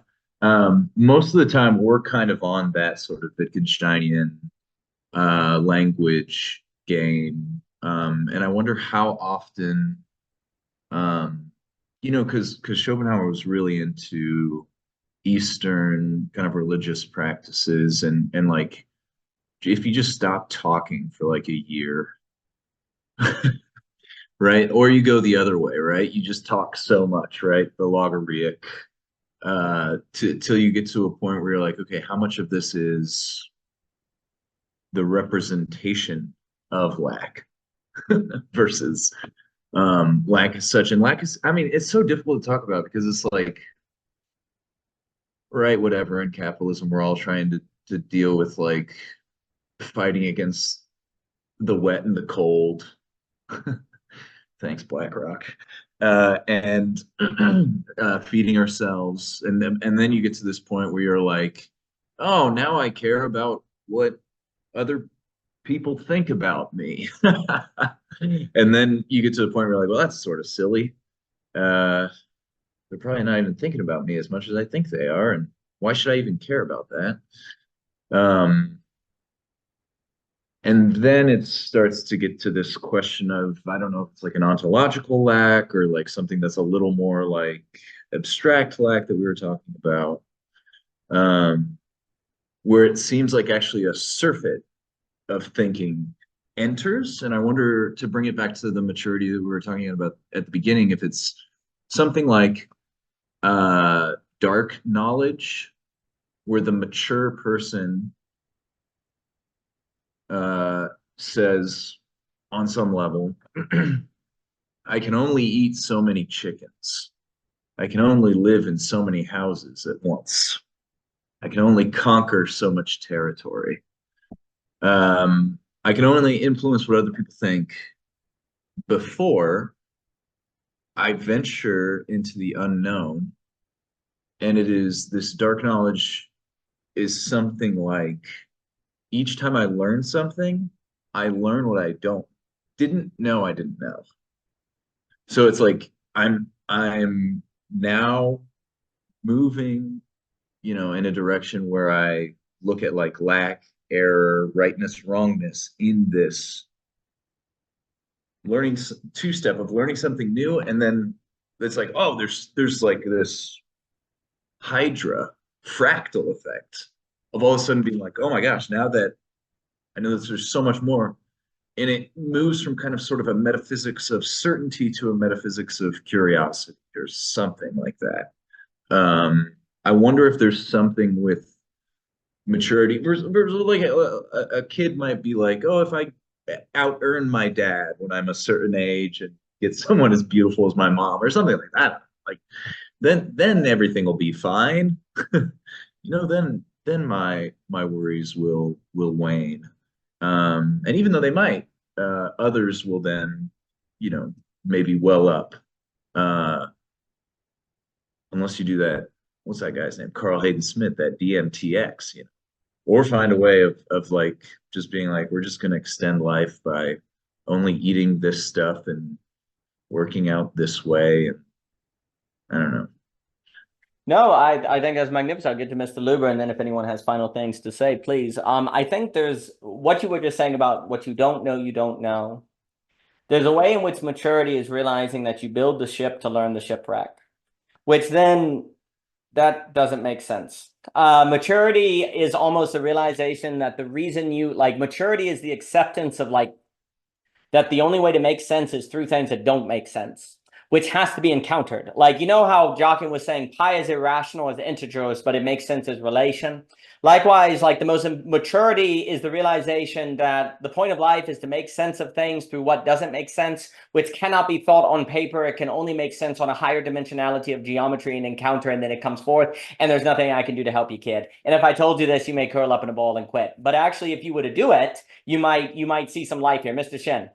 And the thing to sidestep here is a gerontocracy, right? Because there are things that don't make sense that don't fall in that bucket you just said. Where like someone's like, hey, you just don't get it, But when you're 85 or when you're 95, and being like, once I get to that point, that's not even going to be something that's available. So yeah, it's a tightrope. But what you just said is huge, because that tension is alive. And it would seem as if that tension of misjudging something as something that doesn't make sense because it doesn't make sense versus it doesn't make sense because it only makes sense in the encounter, that seems to be what life is somewhat all about. And there is no way to deal with that problem other than to live. So risk is part of the game. The story is part of the game. Like, encounter is part of the game. There is no way. Like, it seems almost as if the point of thinking is to realize that that problem is there. Like, because otherwise, like, if you encounter someone who said to you, hey, there's a lot of stuff to life that you don't understand until, like, later on, who's using that as a power play to justify you know, just controlling kids or whatever, and then someone who's saying that from a point of truth. The words themselves, the person telling you that on the face of it does not tell you if they're using that as manipulation or as a kind of tracing of an ontological truth, right? It's a Schrodinger's kind of thing almost, like it's a bothness, a Schrodinger's cat. You have to decide, and thinking is the realization that you cannot avoid having to take risky choices like that. Risky choices that are only possibly made in the encounter. So in that sense, like we think of stories as overcoming obstacles, and there's something about the human that must overcome obstacles according to some sort of theme. This right there means that philosophy can never get you out of that. Philosophy can only remove plausible deniability that life is anything but that. And once you reach that saturation point, then there's the living, then there's the doing with your, your party and your merry band of brothers and your tools and whatever to take that on, right?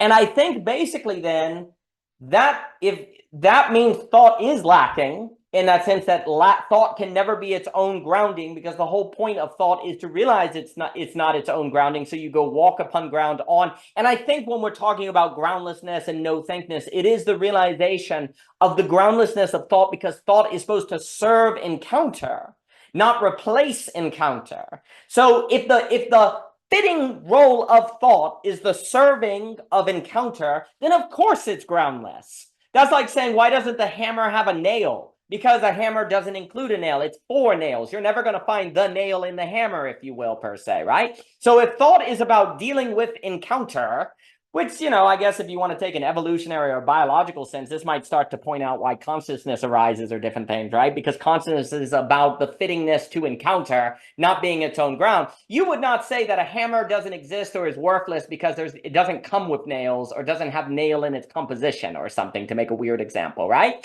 You would say, well, of course, a hammer is the thing for nails, not to be the nail, right? So thought is to be the tool for groundlessness, for the fact that you don't know what the future holds, for the fact that there's a certain openness and your ability to handle the encounter. But what we've done is, because thought presents itself as got it. Like when you think of thought, you get it, right? Like the very phenomenology of thought is getting it, right? Even when you think that's wrong, I get that's wrong. 2 + 2 doesn't equal 5, right? Like it seems pretty much impossible to think a thought that you do not experience as comprehending, right? Well, from that feeling, it seems very easy to then overfit that to saying, well, thought is about actually getting it, right? It's not about encounters or surprise. Like the feeling of thought is get it. So the role of thought must be to get everything unto itself. No, the role of thought is to get it so you're prepared for what you don't get. But it's easy from the emotional experience of thought itself to overfit that to being about finding a metaphysical ground in reality, as opposed to being a tool by which to live and deal with the groundlessness of being, which is lack, which is precisely the grounds of the possibility of freedom. And if life was any other way, there'd be no possibility of an encounter with limit, excess, and beauty, and life might be pretty boring at that, life might be pretty lifeless at that point, right? So the problem is thought does not tell you what it's for in the thinking of it. Thought in the thinking of it feels like it's for grasping everything. Because you couldn't, I don't even know what it would mean to think a thought that you thought was wrong and it be wrong in its form, as opposed to you think you're correct to think of the wrongness. It's like a tongue twister to even say it, right? It seems impossible. Like if thought is going to think, it must be that of which grasps. And the problem is, it is then from that feeling of the grasping, the phenomenology of thought, it is then easy to then believe that that is what thought is doing or is its function, therefore to find an absolute ground, when really it is more like being the hammer ready for the nail. It's the tool to be ready for groundlessness, to be ready for known thingness, to cultivate and condition you for that encounter with no thingness, not to create thingness per se, capithatic with no apathatic dimension to it. But let me give it to Mr. Luber here. Mr. Luber, please. Isn't it funny where it's like it has to be like this or there is no freedom? It's like I agree completely. It's almost, it sounds on its surface and anti-freedom, but it's this monadic, this singular thing that's so, once realized, so dynamic, so complex that it actually, there's so many different approaches to that. That's the irony. But kind of I forgot to mention this when I was speaking earlier when Jockin brought up the whole pie, point with relation. That's what I'm trying to get at with language. When we're speaking the English language, it's like, okay, I'm saying a word, and that word is in relation to this broader story. Let's call it English. The problem is, where's English going? English is undertaking what? Like the way we conceptualize just the language English, the broader abstract thing that particular thing that we're experiencing or saying is under, doesn't have an unfolding way of looking at it. Like the colloquial understanding isn't, I think of English as a concept for language, and it's unfolding in a certain way.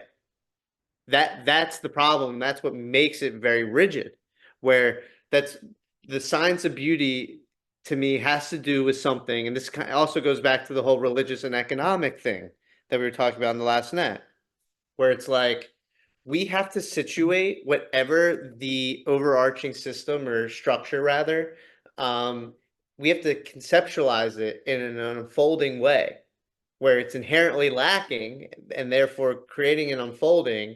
And then when we use a particular word under that broader structure, we then can relate to that word in such a way where it's not rigid or dynamic, because the word is subsumed within something that's unfolding. And in that sense, it's not stagnant at all. So like, I don't know if that's like a good example of like an English word is just a subsect of just like the English language. And the problem with the English language is that it's like a static thing. Funny enough, it's not static in the sense where the dictionary can be added words, but in terms of like a teleology to it, it's lacking.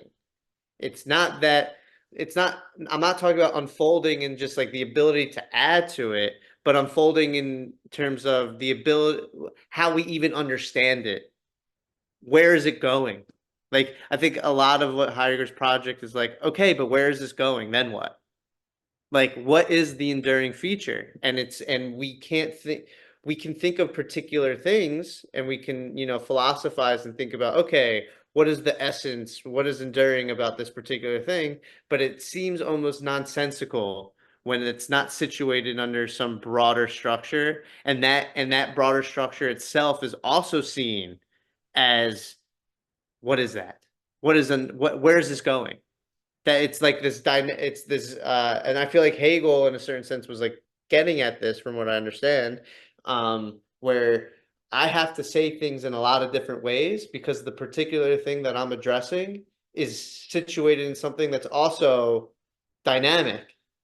That my approach to the particular and my approach to how the particular relates to the abstract concept that it's related to are both not static. They're both unfolding at the same time. And what would language look like if it actually acknowledged that in a serious way? And we were intentional about how we would encounter, like how we express the encounter when it's like that. In that sense, it's like the theme is interesting to me because it has to do with both. Like the theme, when you're thinking about your story, I'm not saying creating storytelling and living life and doing, expressing life itself, science, whatever. I'm not saying they're one for one, but for the sake of this discussion at this moment, let's just say it is one for one.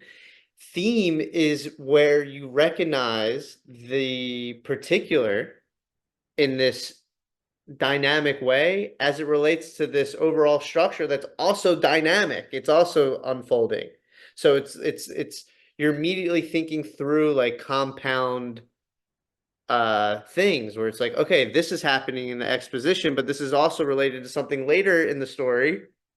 And they both take on different meanings. And if I, have this and that happening in the interim, it can also transform how I'm thinking about it at this moment. Like there's a bunch of possible errors, to use possible errors, to use Ebert's language, that can keep reemerging in that way. I don't know if I'm making perfect sense, but there's something here. It's hard to, yeah, please. I think you're making perfect sense. Because I think basically You're too kind. the creative act needs to be the center of that. The creative act, not the products of creative acts, needs to be the central phenomenology of philosophy and thinking in general. Rather that, because in the creative act, you can make sense of, we'll use the short story example, and please, if anyone has more to say, when you write a story, you could theoretically do anything, and yet that's not true, right? Like in Shakespeare, there was nothing from stopping Shakespeare from having Julius Caesar grow wings and fly away, right? And yet that did not meet the logic. But there were no facts in nature stopping Shakespeare from saying, and he grew wings and flew away, right? Like, and yet, if he would have done that, everyone would read and be like, well, that's wrong. Whoa, what do you mean it's wrong? What do you mean? You're saying, well, according to the internal logic of the work, that is wrong. Internal logic? What's that? There's some macro thing that every act, every word in the story is always already participating in and operating in a feedback loop back with the entire story. And the entire story is not known until the end. And yet, weirdly, you are judging everything that occurs relative. It's almost like the end before you read the end. You know that nowhere in the story is a justification for wings popping out of Caesar's back going to show up, right? It's just not going to happen in the story where that's going to be justified. And if it does, it's deus ex machina. And if it's not in the internal logic of the story from the start, it's a bad story. Like a good story cannot turn into science fiction toward the end unless there were hints of science fiction at the beginning that you didn't realize were science fiction until the causer or something, right? So there's a way in which a story is an act of parts and wholes, two sides of the same coin, all going together, right? And so in a story, the difference between an error and wrong is like good stories will make things seem like errors that actually aren't errors. There are mistakes that it turns out, no, were planned, right? Errors are actually correct. Wrong is when wings grow out of his back, because that doesn't fit the internal consistency. So the funny thing is the difference between error and wrong is that an error in a way is right relative to the whole, where a wrong is something where there's a contradiction between the two, right? And so basically all of this can go to the question of the relation, I suppose, between, mind, nature, matter, nature, because that's ultimately what is being traced out, right? The difference between notion and nature, as I like to put it in Hegel, the relationship between consciousness and man, right? All right. So the issue is, in the same way that the characters have to relate to the story in a manner that maintains the internal consistency and is also logical, human consciousness has to operate with nature in a manner that aligns with the logic that nature has given to us and that you would expect would be justified by the end of it. And the theme is the guidance of what that is that you cannot know until you're dead. But then when you're dead, you're not there to know it, right? So you're grasping at a certain glimmer of this structure. The structure of reality is the creative act, but we never experience the end of the creative act. So we're stuck in a certain partial relationship to reality as a story that when we die will still be in the middle of being written and yet has the structure of a story. So we can only know the structure of reality analogous to our experience of reading stories like Julius Caesar's that we then have to assume or choose is analogous to reality as a whole. But since you're never going to get in God's eye view, you cannot know that, but you can choose right now to believe that reality is analogous with the creative act, thus making lack not nothing, thus making it apathetic, thus making human unfolding that which is storied. And then the question is, on what basis do you have reason to believe that choice is best versus some other schema? Well, the encounters. Does the encounters with reality story seem to be most fitting? Does beauty seem to suggest a storied structure? You have to then find evidence, almost like a science. You have to find evidence to believe that the choice to see life as analogous with a creative act is a good choice. The science is finding evidence of that, which is then a science of experimentation. So another way to look at it is the creative act has a certain experimentation to it as well, right? Like if you're writing Julius Caesar and you say, and then he grew wings. No, you can erase it. It's not like your story's going to blow up because you wrote a stupid line. You can't erase it, right? There's an experimentation that's active in the creative work, right? The experience, like, so a word that I do like that Matt Segal used trying to describe Whitehead in his book, Crossing the Threshold, is he asks the question, is Whitehead a panpsychic? You know, that consciousness is fundamental reality. And he goes back and forth, he says, well, maybe a way to think about Whitehead is as a pan-experimentist. You know, it's not panpsychism, but it's pan-experimentalism, which is that there is an always already experimental relationship between mind and nature. There's always already an experimental relationship between nature and notion, where notion is trying to figure out what nature is, and nature is trying to figure out what notion is, and let's do this experiment to see if this is best, and let's do this experiment to see if this is best. So it's that the issue is that consciousness and nature are always in an experimental relationship. It's experiment all the way down. And as experiment all the way down, the guy, this is where I think thinking of it as a creative act is quite, what is it experimenting for? What is it trying to experiment for? Seems to be theme. It seems to be that the very pan-experimental structure of reality is the command is you must experiment, and then it's like experiment for is like you must experiment to see. The command is that the act of experiment will generate the experience of beauty to confirm that the experiment was good to do.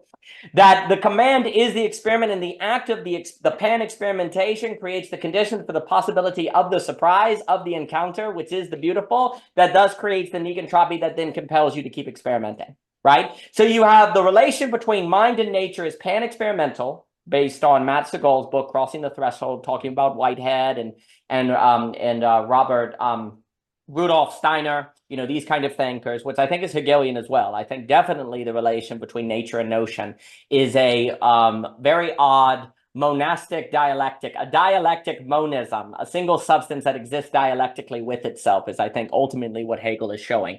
That it's not dualism as in different substances, it's that the substance of reality, the single substance of mind and nature that is all the same is dialectical in its very substance, which is extremely odd, but it just simply could be a higher dimensional entity than what we are used to. And basically, pan-experimentalism from a Whitehead perspective would also suggest a certain dialectical monism, which is the creative act. Like when you're writing a story, are you two substances or one? When you're writing a story, is it dualism? No, it's monism. But is it just monism? Is it just a single substance? Yes, no. It's some sort of self-reference of a single substance on itself to create an experimental unfolding. And then here's the other thing, though, that experimental, and then I'll give it to whoever wants to speak. That if that experimentation, though, is not, this is what's weird. It's not arbitrary. You know when you've done it well and when you haven't, right? And yet the experiment, the pan experiment, creates the whole in its going to judge itself against, to know if it's doing, which makes no sense unless you've written a story, unless you've done a screenplay. You know exactly what this is. What if the universe itself actually follows the creative act in its structure? That it is, in fact, exactly like in its metaphysical composition, its ontological composition, whatever $5 word we want to use, if in fact it is like the creative work, and that the relation between nature and notion is a pan-experimentalism that unfolds according to the logic of a story that fundamentally requires a lack, because a story is told precisely because it's lacking from reality. You wouldn't tell a story that's in reality. Like you wouldn't tell it, even if it's a biography, even if it's nonfiction, you're writing it down because something is lacking that needs that story there, right? And that actually, for some reason, writing this story is going to actually bring out that thing, even if it's a nonfiction work that couldn't be brought out any other way. For some reason, Hamlet brings out parts of reality in the world that couldn't be brought out except indirectly. Right? And so there's something about the creative act that is actually necessary for the bringing out of materiality in its fullness that couldn't be done any other way than that process of pan-experimentation. But let me give it, anyone. So it's like, I want to take what you're saying and talk about what we were talking about the other net with religion and economics. It's like, what does the commodity, what does the dollar mean? Like, okay, I get a bunch of dollars, but for what? It's like we have like particulars, we have parts, very solid parts, very real parts, but how it relates to the whole is very ambiguous. Like it's like from a Heideggerian standpoint, it's like, what's the point of life? To care. That's what he would say. But to care for what? Well, hold on That- though. Like getting dollars is not that ambiguous anymore though.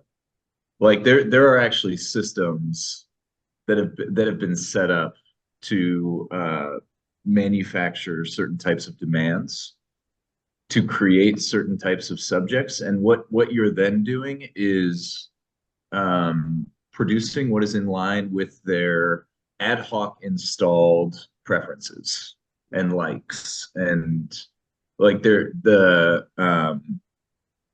stuff I think is a lot more calculable than it gets weird. I just Well, there's definitely a way in which there's the using of money to make people buy things they don't need, and they don't even there's a way in which if you think of the ends of money as ambiguous, you're kind of morally advanced. You should think that. And unfortunately, a lot of these industries now are in the business of making money not Well, I mean, ambiguous. if we're talking about screenplays specifically, like if what you're telling me is like the people who are getting paid to write screenplays receive remuneration based on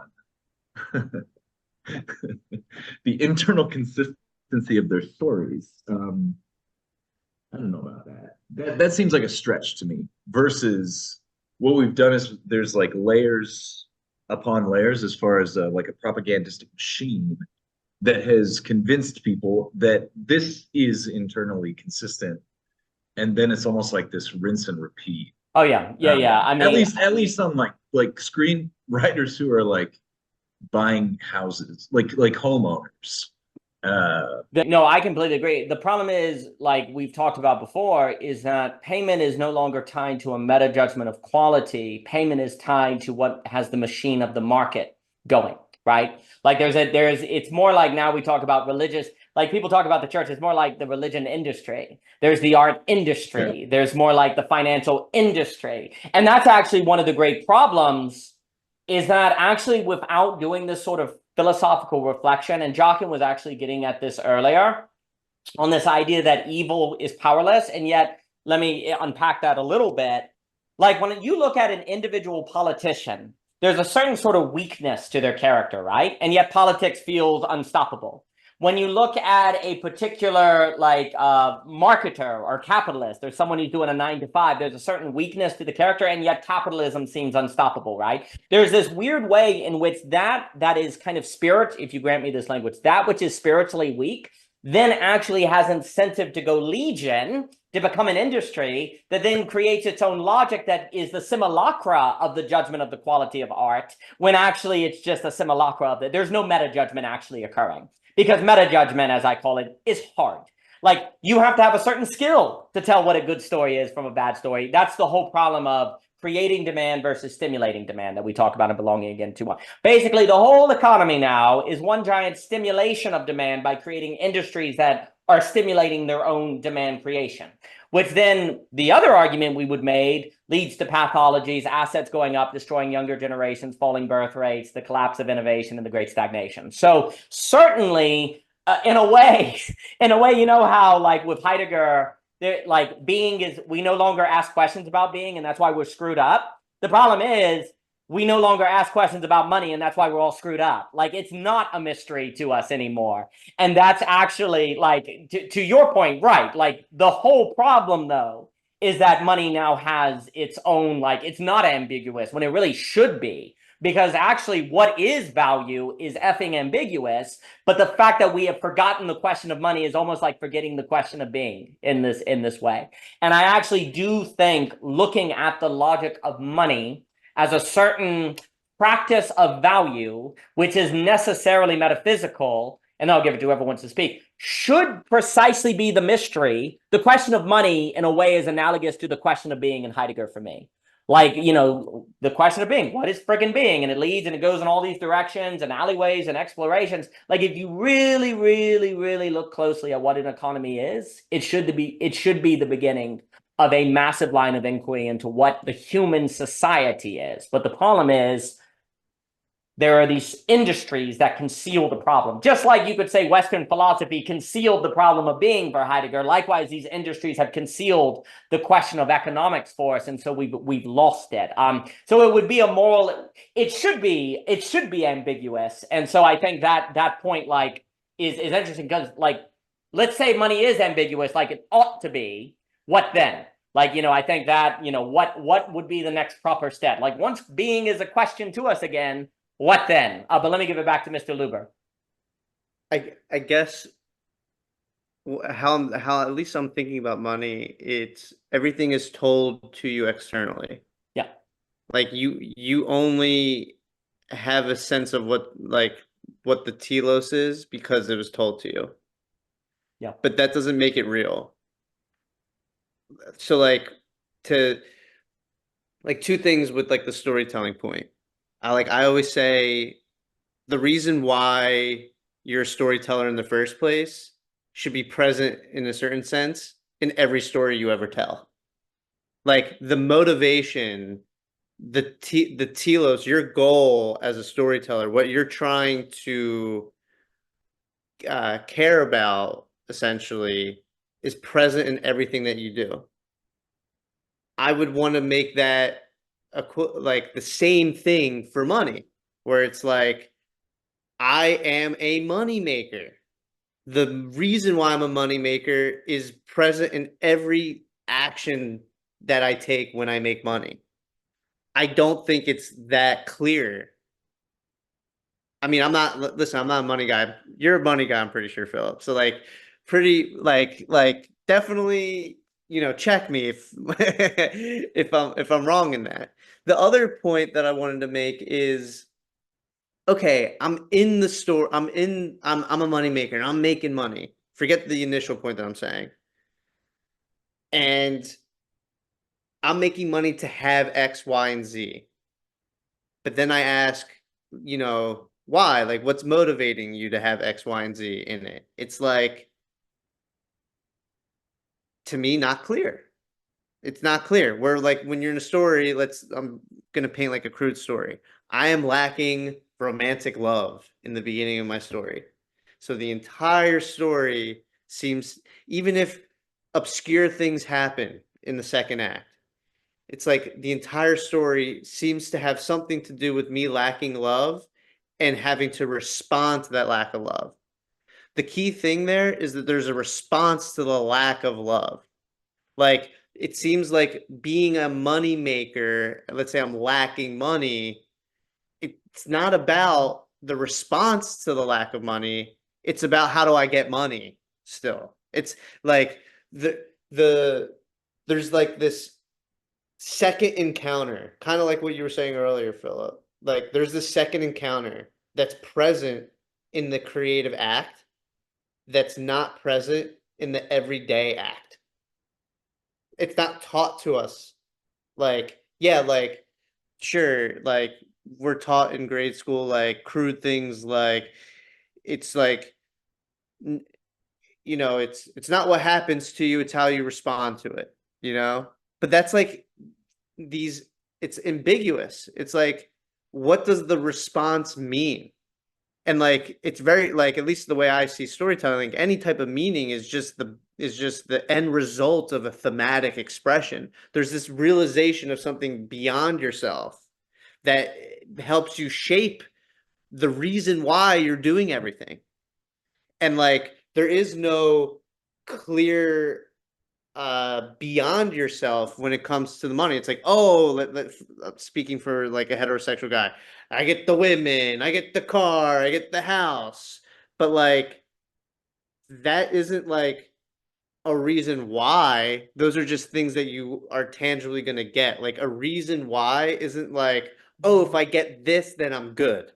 It's not as simple as that. It's like a reason why allows you to keep having a response. That's the difference. And like a response isn't tangible.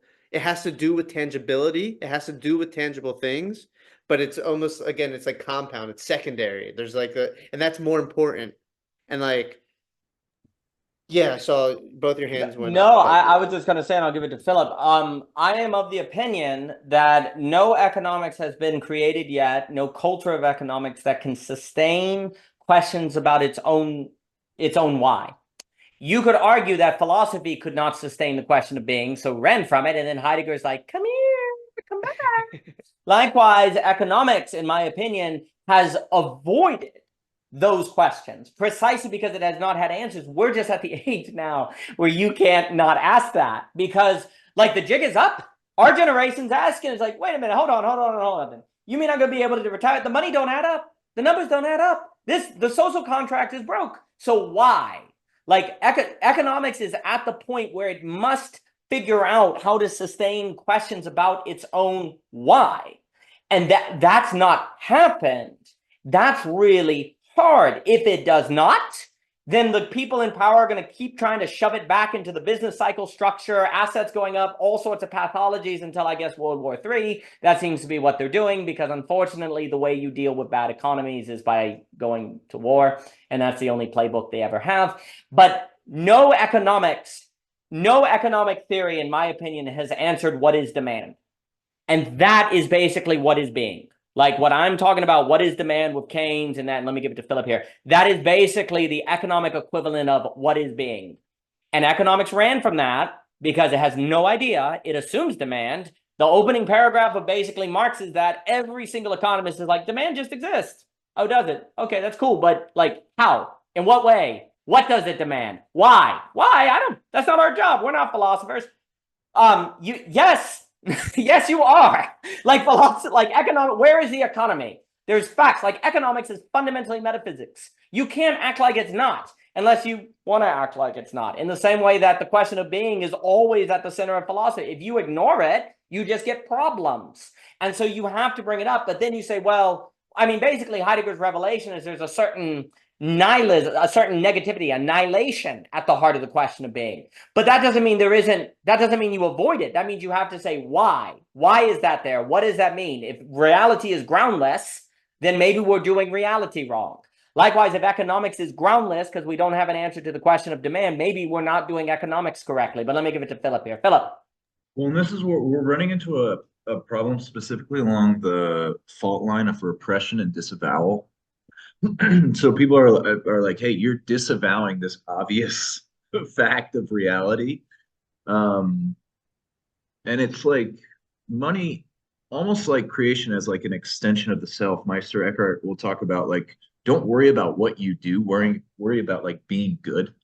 And then like everything you do, it's Goethe's Faust Part 2, Act 5. What does he do? After he's made the Mephistophelian deal, he says, I want to house everyone in the kingdom. Well, what if we just tried that? Just as a random thought experiment. This money stuff is to house people. Some people might say, no, it's not. And then you say, okay, well, then please make explicit what everyone knows. Nick Land is saying with MCM Prime, like just make it explicit.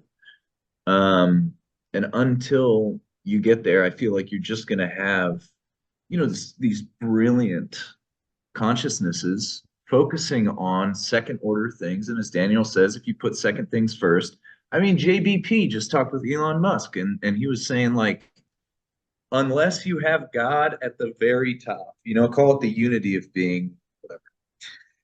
The next rung is literally sex and power.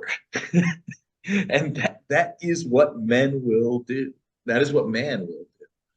And so I think too, when it comes to just this creative expression question and like, I think it is just like man, like literally birthing himself in this canvas with words. Like I see Lacan's work on James Joyce to be very illuminating here, where he was like, okay, James Joyce. All right, Daniel, what you were saying like 5-10 minutes ago about just like this radical pluralism is at least what I heard, that like each person has some story. A part of me is like, well, that's the end of mental illness. on some of them, I'm like, well, how can you say versus that's just a different way of describing. So a lot of people might nowadays look at Ulysses, Finnegan's Wake, the Portrait of an Artist, you know, and be like, well, this what? But that comes back to the thing that of like education being something like taste development. If you don't have a taste for that, it's probably never going to seem beautiful. It's probably never going to seem appealing. And so how do you get all these disparate, you know, these competing interests of, you know, the church, the state, the market, whatever, to it almost seems as if people have to develop their taste. And I think this is like isn't this like Marx's project with the consciousness raising of the working class and stuff like this, to be able to discern across these various things so that they can use reason rather than constantly be prey to authority. Very good. Outstanding. I will have to run here in a minute, but if anyone has final things, so a few things come to mind. Religion, you know, generally a lot of religions, when they say it's either God or it's sex and power or violence, basically religions have not yet been found wrong about their ideas of human nature. They've just been found either untenable or irrational. And that's very different. Like the conceptions that religions have had about human beings has not been disproven. It's just been the religions have been found irrational. Philip, please. Or boring. Or boring. Absolutely. Absolutely. So religions, you know, there's a bunch of people like, maybe it was Rookmach, who was basically like, if religions don't get art back, it's screwed. And then we're screwed because we don't have anything by which to deal with the problem of humanity. And there are people like Burjayev and who were very interested in the relation between religion and the creative act and how the creative act and religion go together. And there's been many people like Camus and many more who have said that art and religion are tied together. And Hegel, philosophy, art, and religion are tied together. There's things to be unpacked there. But the point is this: religions have made the claim that without God, we're screwed. And that could be true even if God doesn't exist. Like, it does not follow that if God doesn't exist, that therefore that's false. It could be God doesn't exist, and that's true. Now, religions would say it is true, and wouldn't that give you reason to think God does exist? The hardcore, you know, not necessarily, of course, but the argument would be if, in fact, the human subject is such that we're screwed without a being like God, that in of itself would point to a proof, not a hard proof, but a pointing of something to that concept of God, right? And then you have to unpack and explore, and that's arguably the great debate, right? Et cetera, so forth. But it is very interesting that if you don't have something like maybe the Karatani capital X, the final mode of exchange, a capital X variable, without that, there seems to be all sorts of issues. There has to be something that drives human vertically, or in the horizontal, they're in trouble, right? So it's curious. The Joyce example is very good because there is something where Finnegan's the Portrait of a Young Artist is too neurotic. It won't be enough. It won't be the literary manifestation to deal with the problem of global pluralism. Ulysses is, I think, perfect in the sense of it's intelligible enough to have a story, to have an operation, but it's not so predictable and literary that it's neurotic. It manages to have a certain logic that has a unity while also being experimental. Whereas Finnegan's Wake is too experimental. And in fact, it's too psychotic. Even though Finnegan's Wake, I think Harold Bloom, when you go through Finnegan's Wake, the amount of genius in Finnegan's Wake is overwhelming. It's unbelievable, everything going on in Finnegan's Wake. The problem is it's not neurotic enough.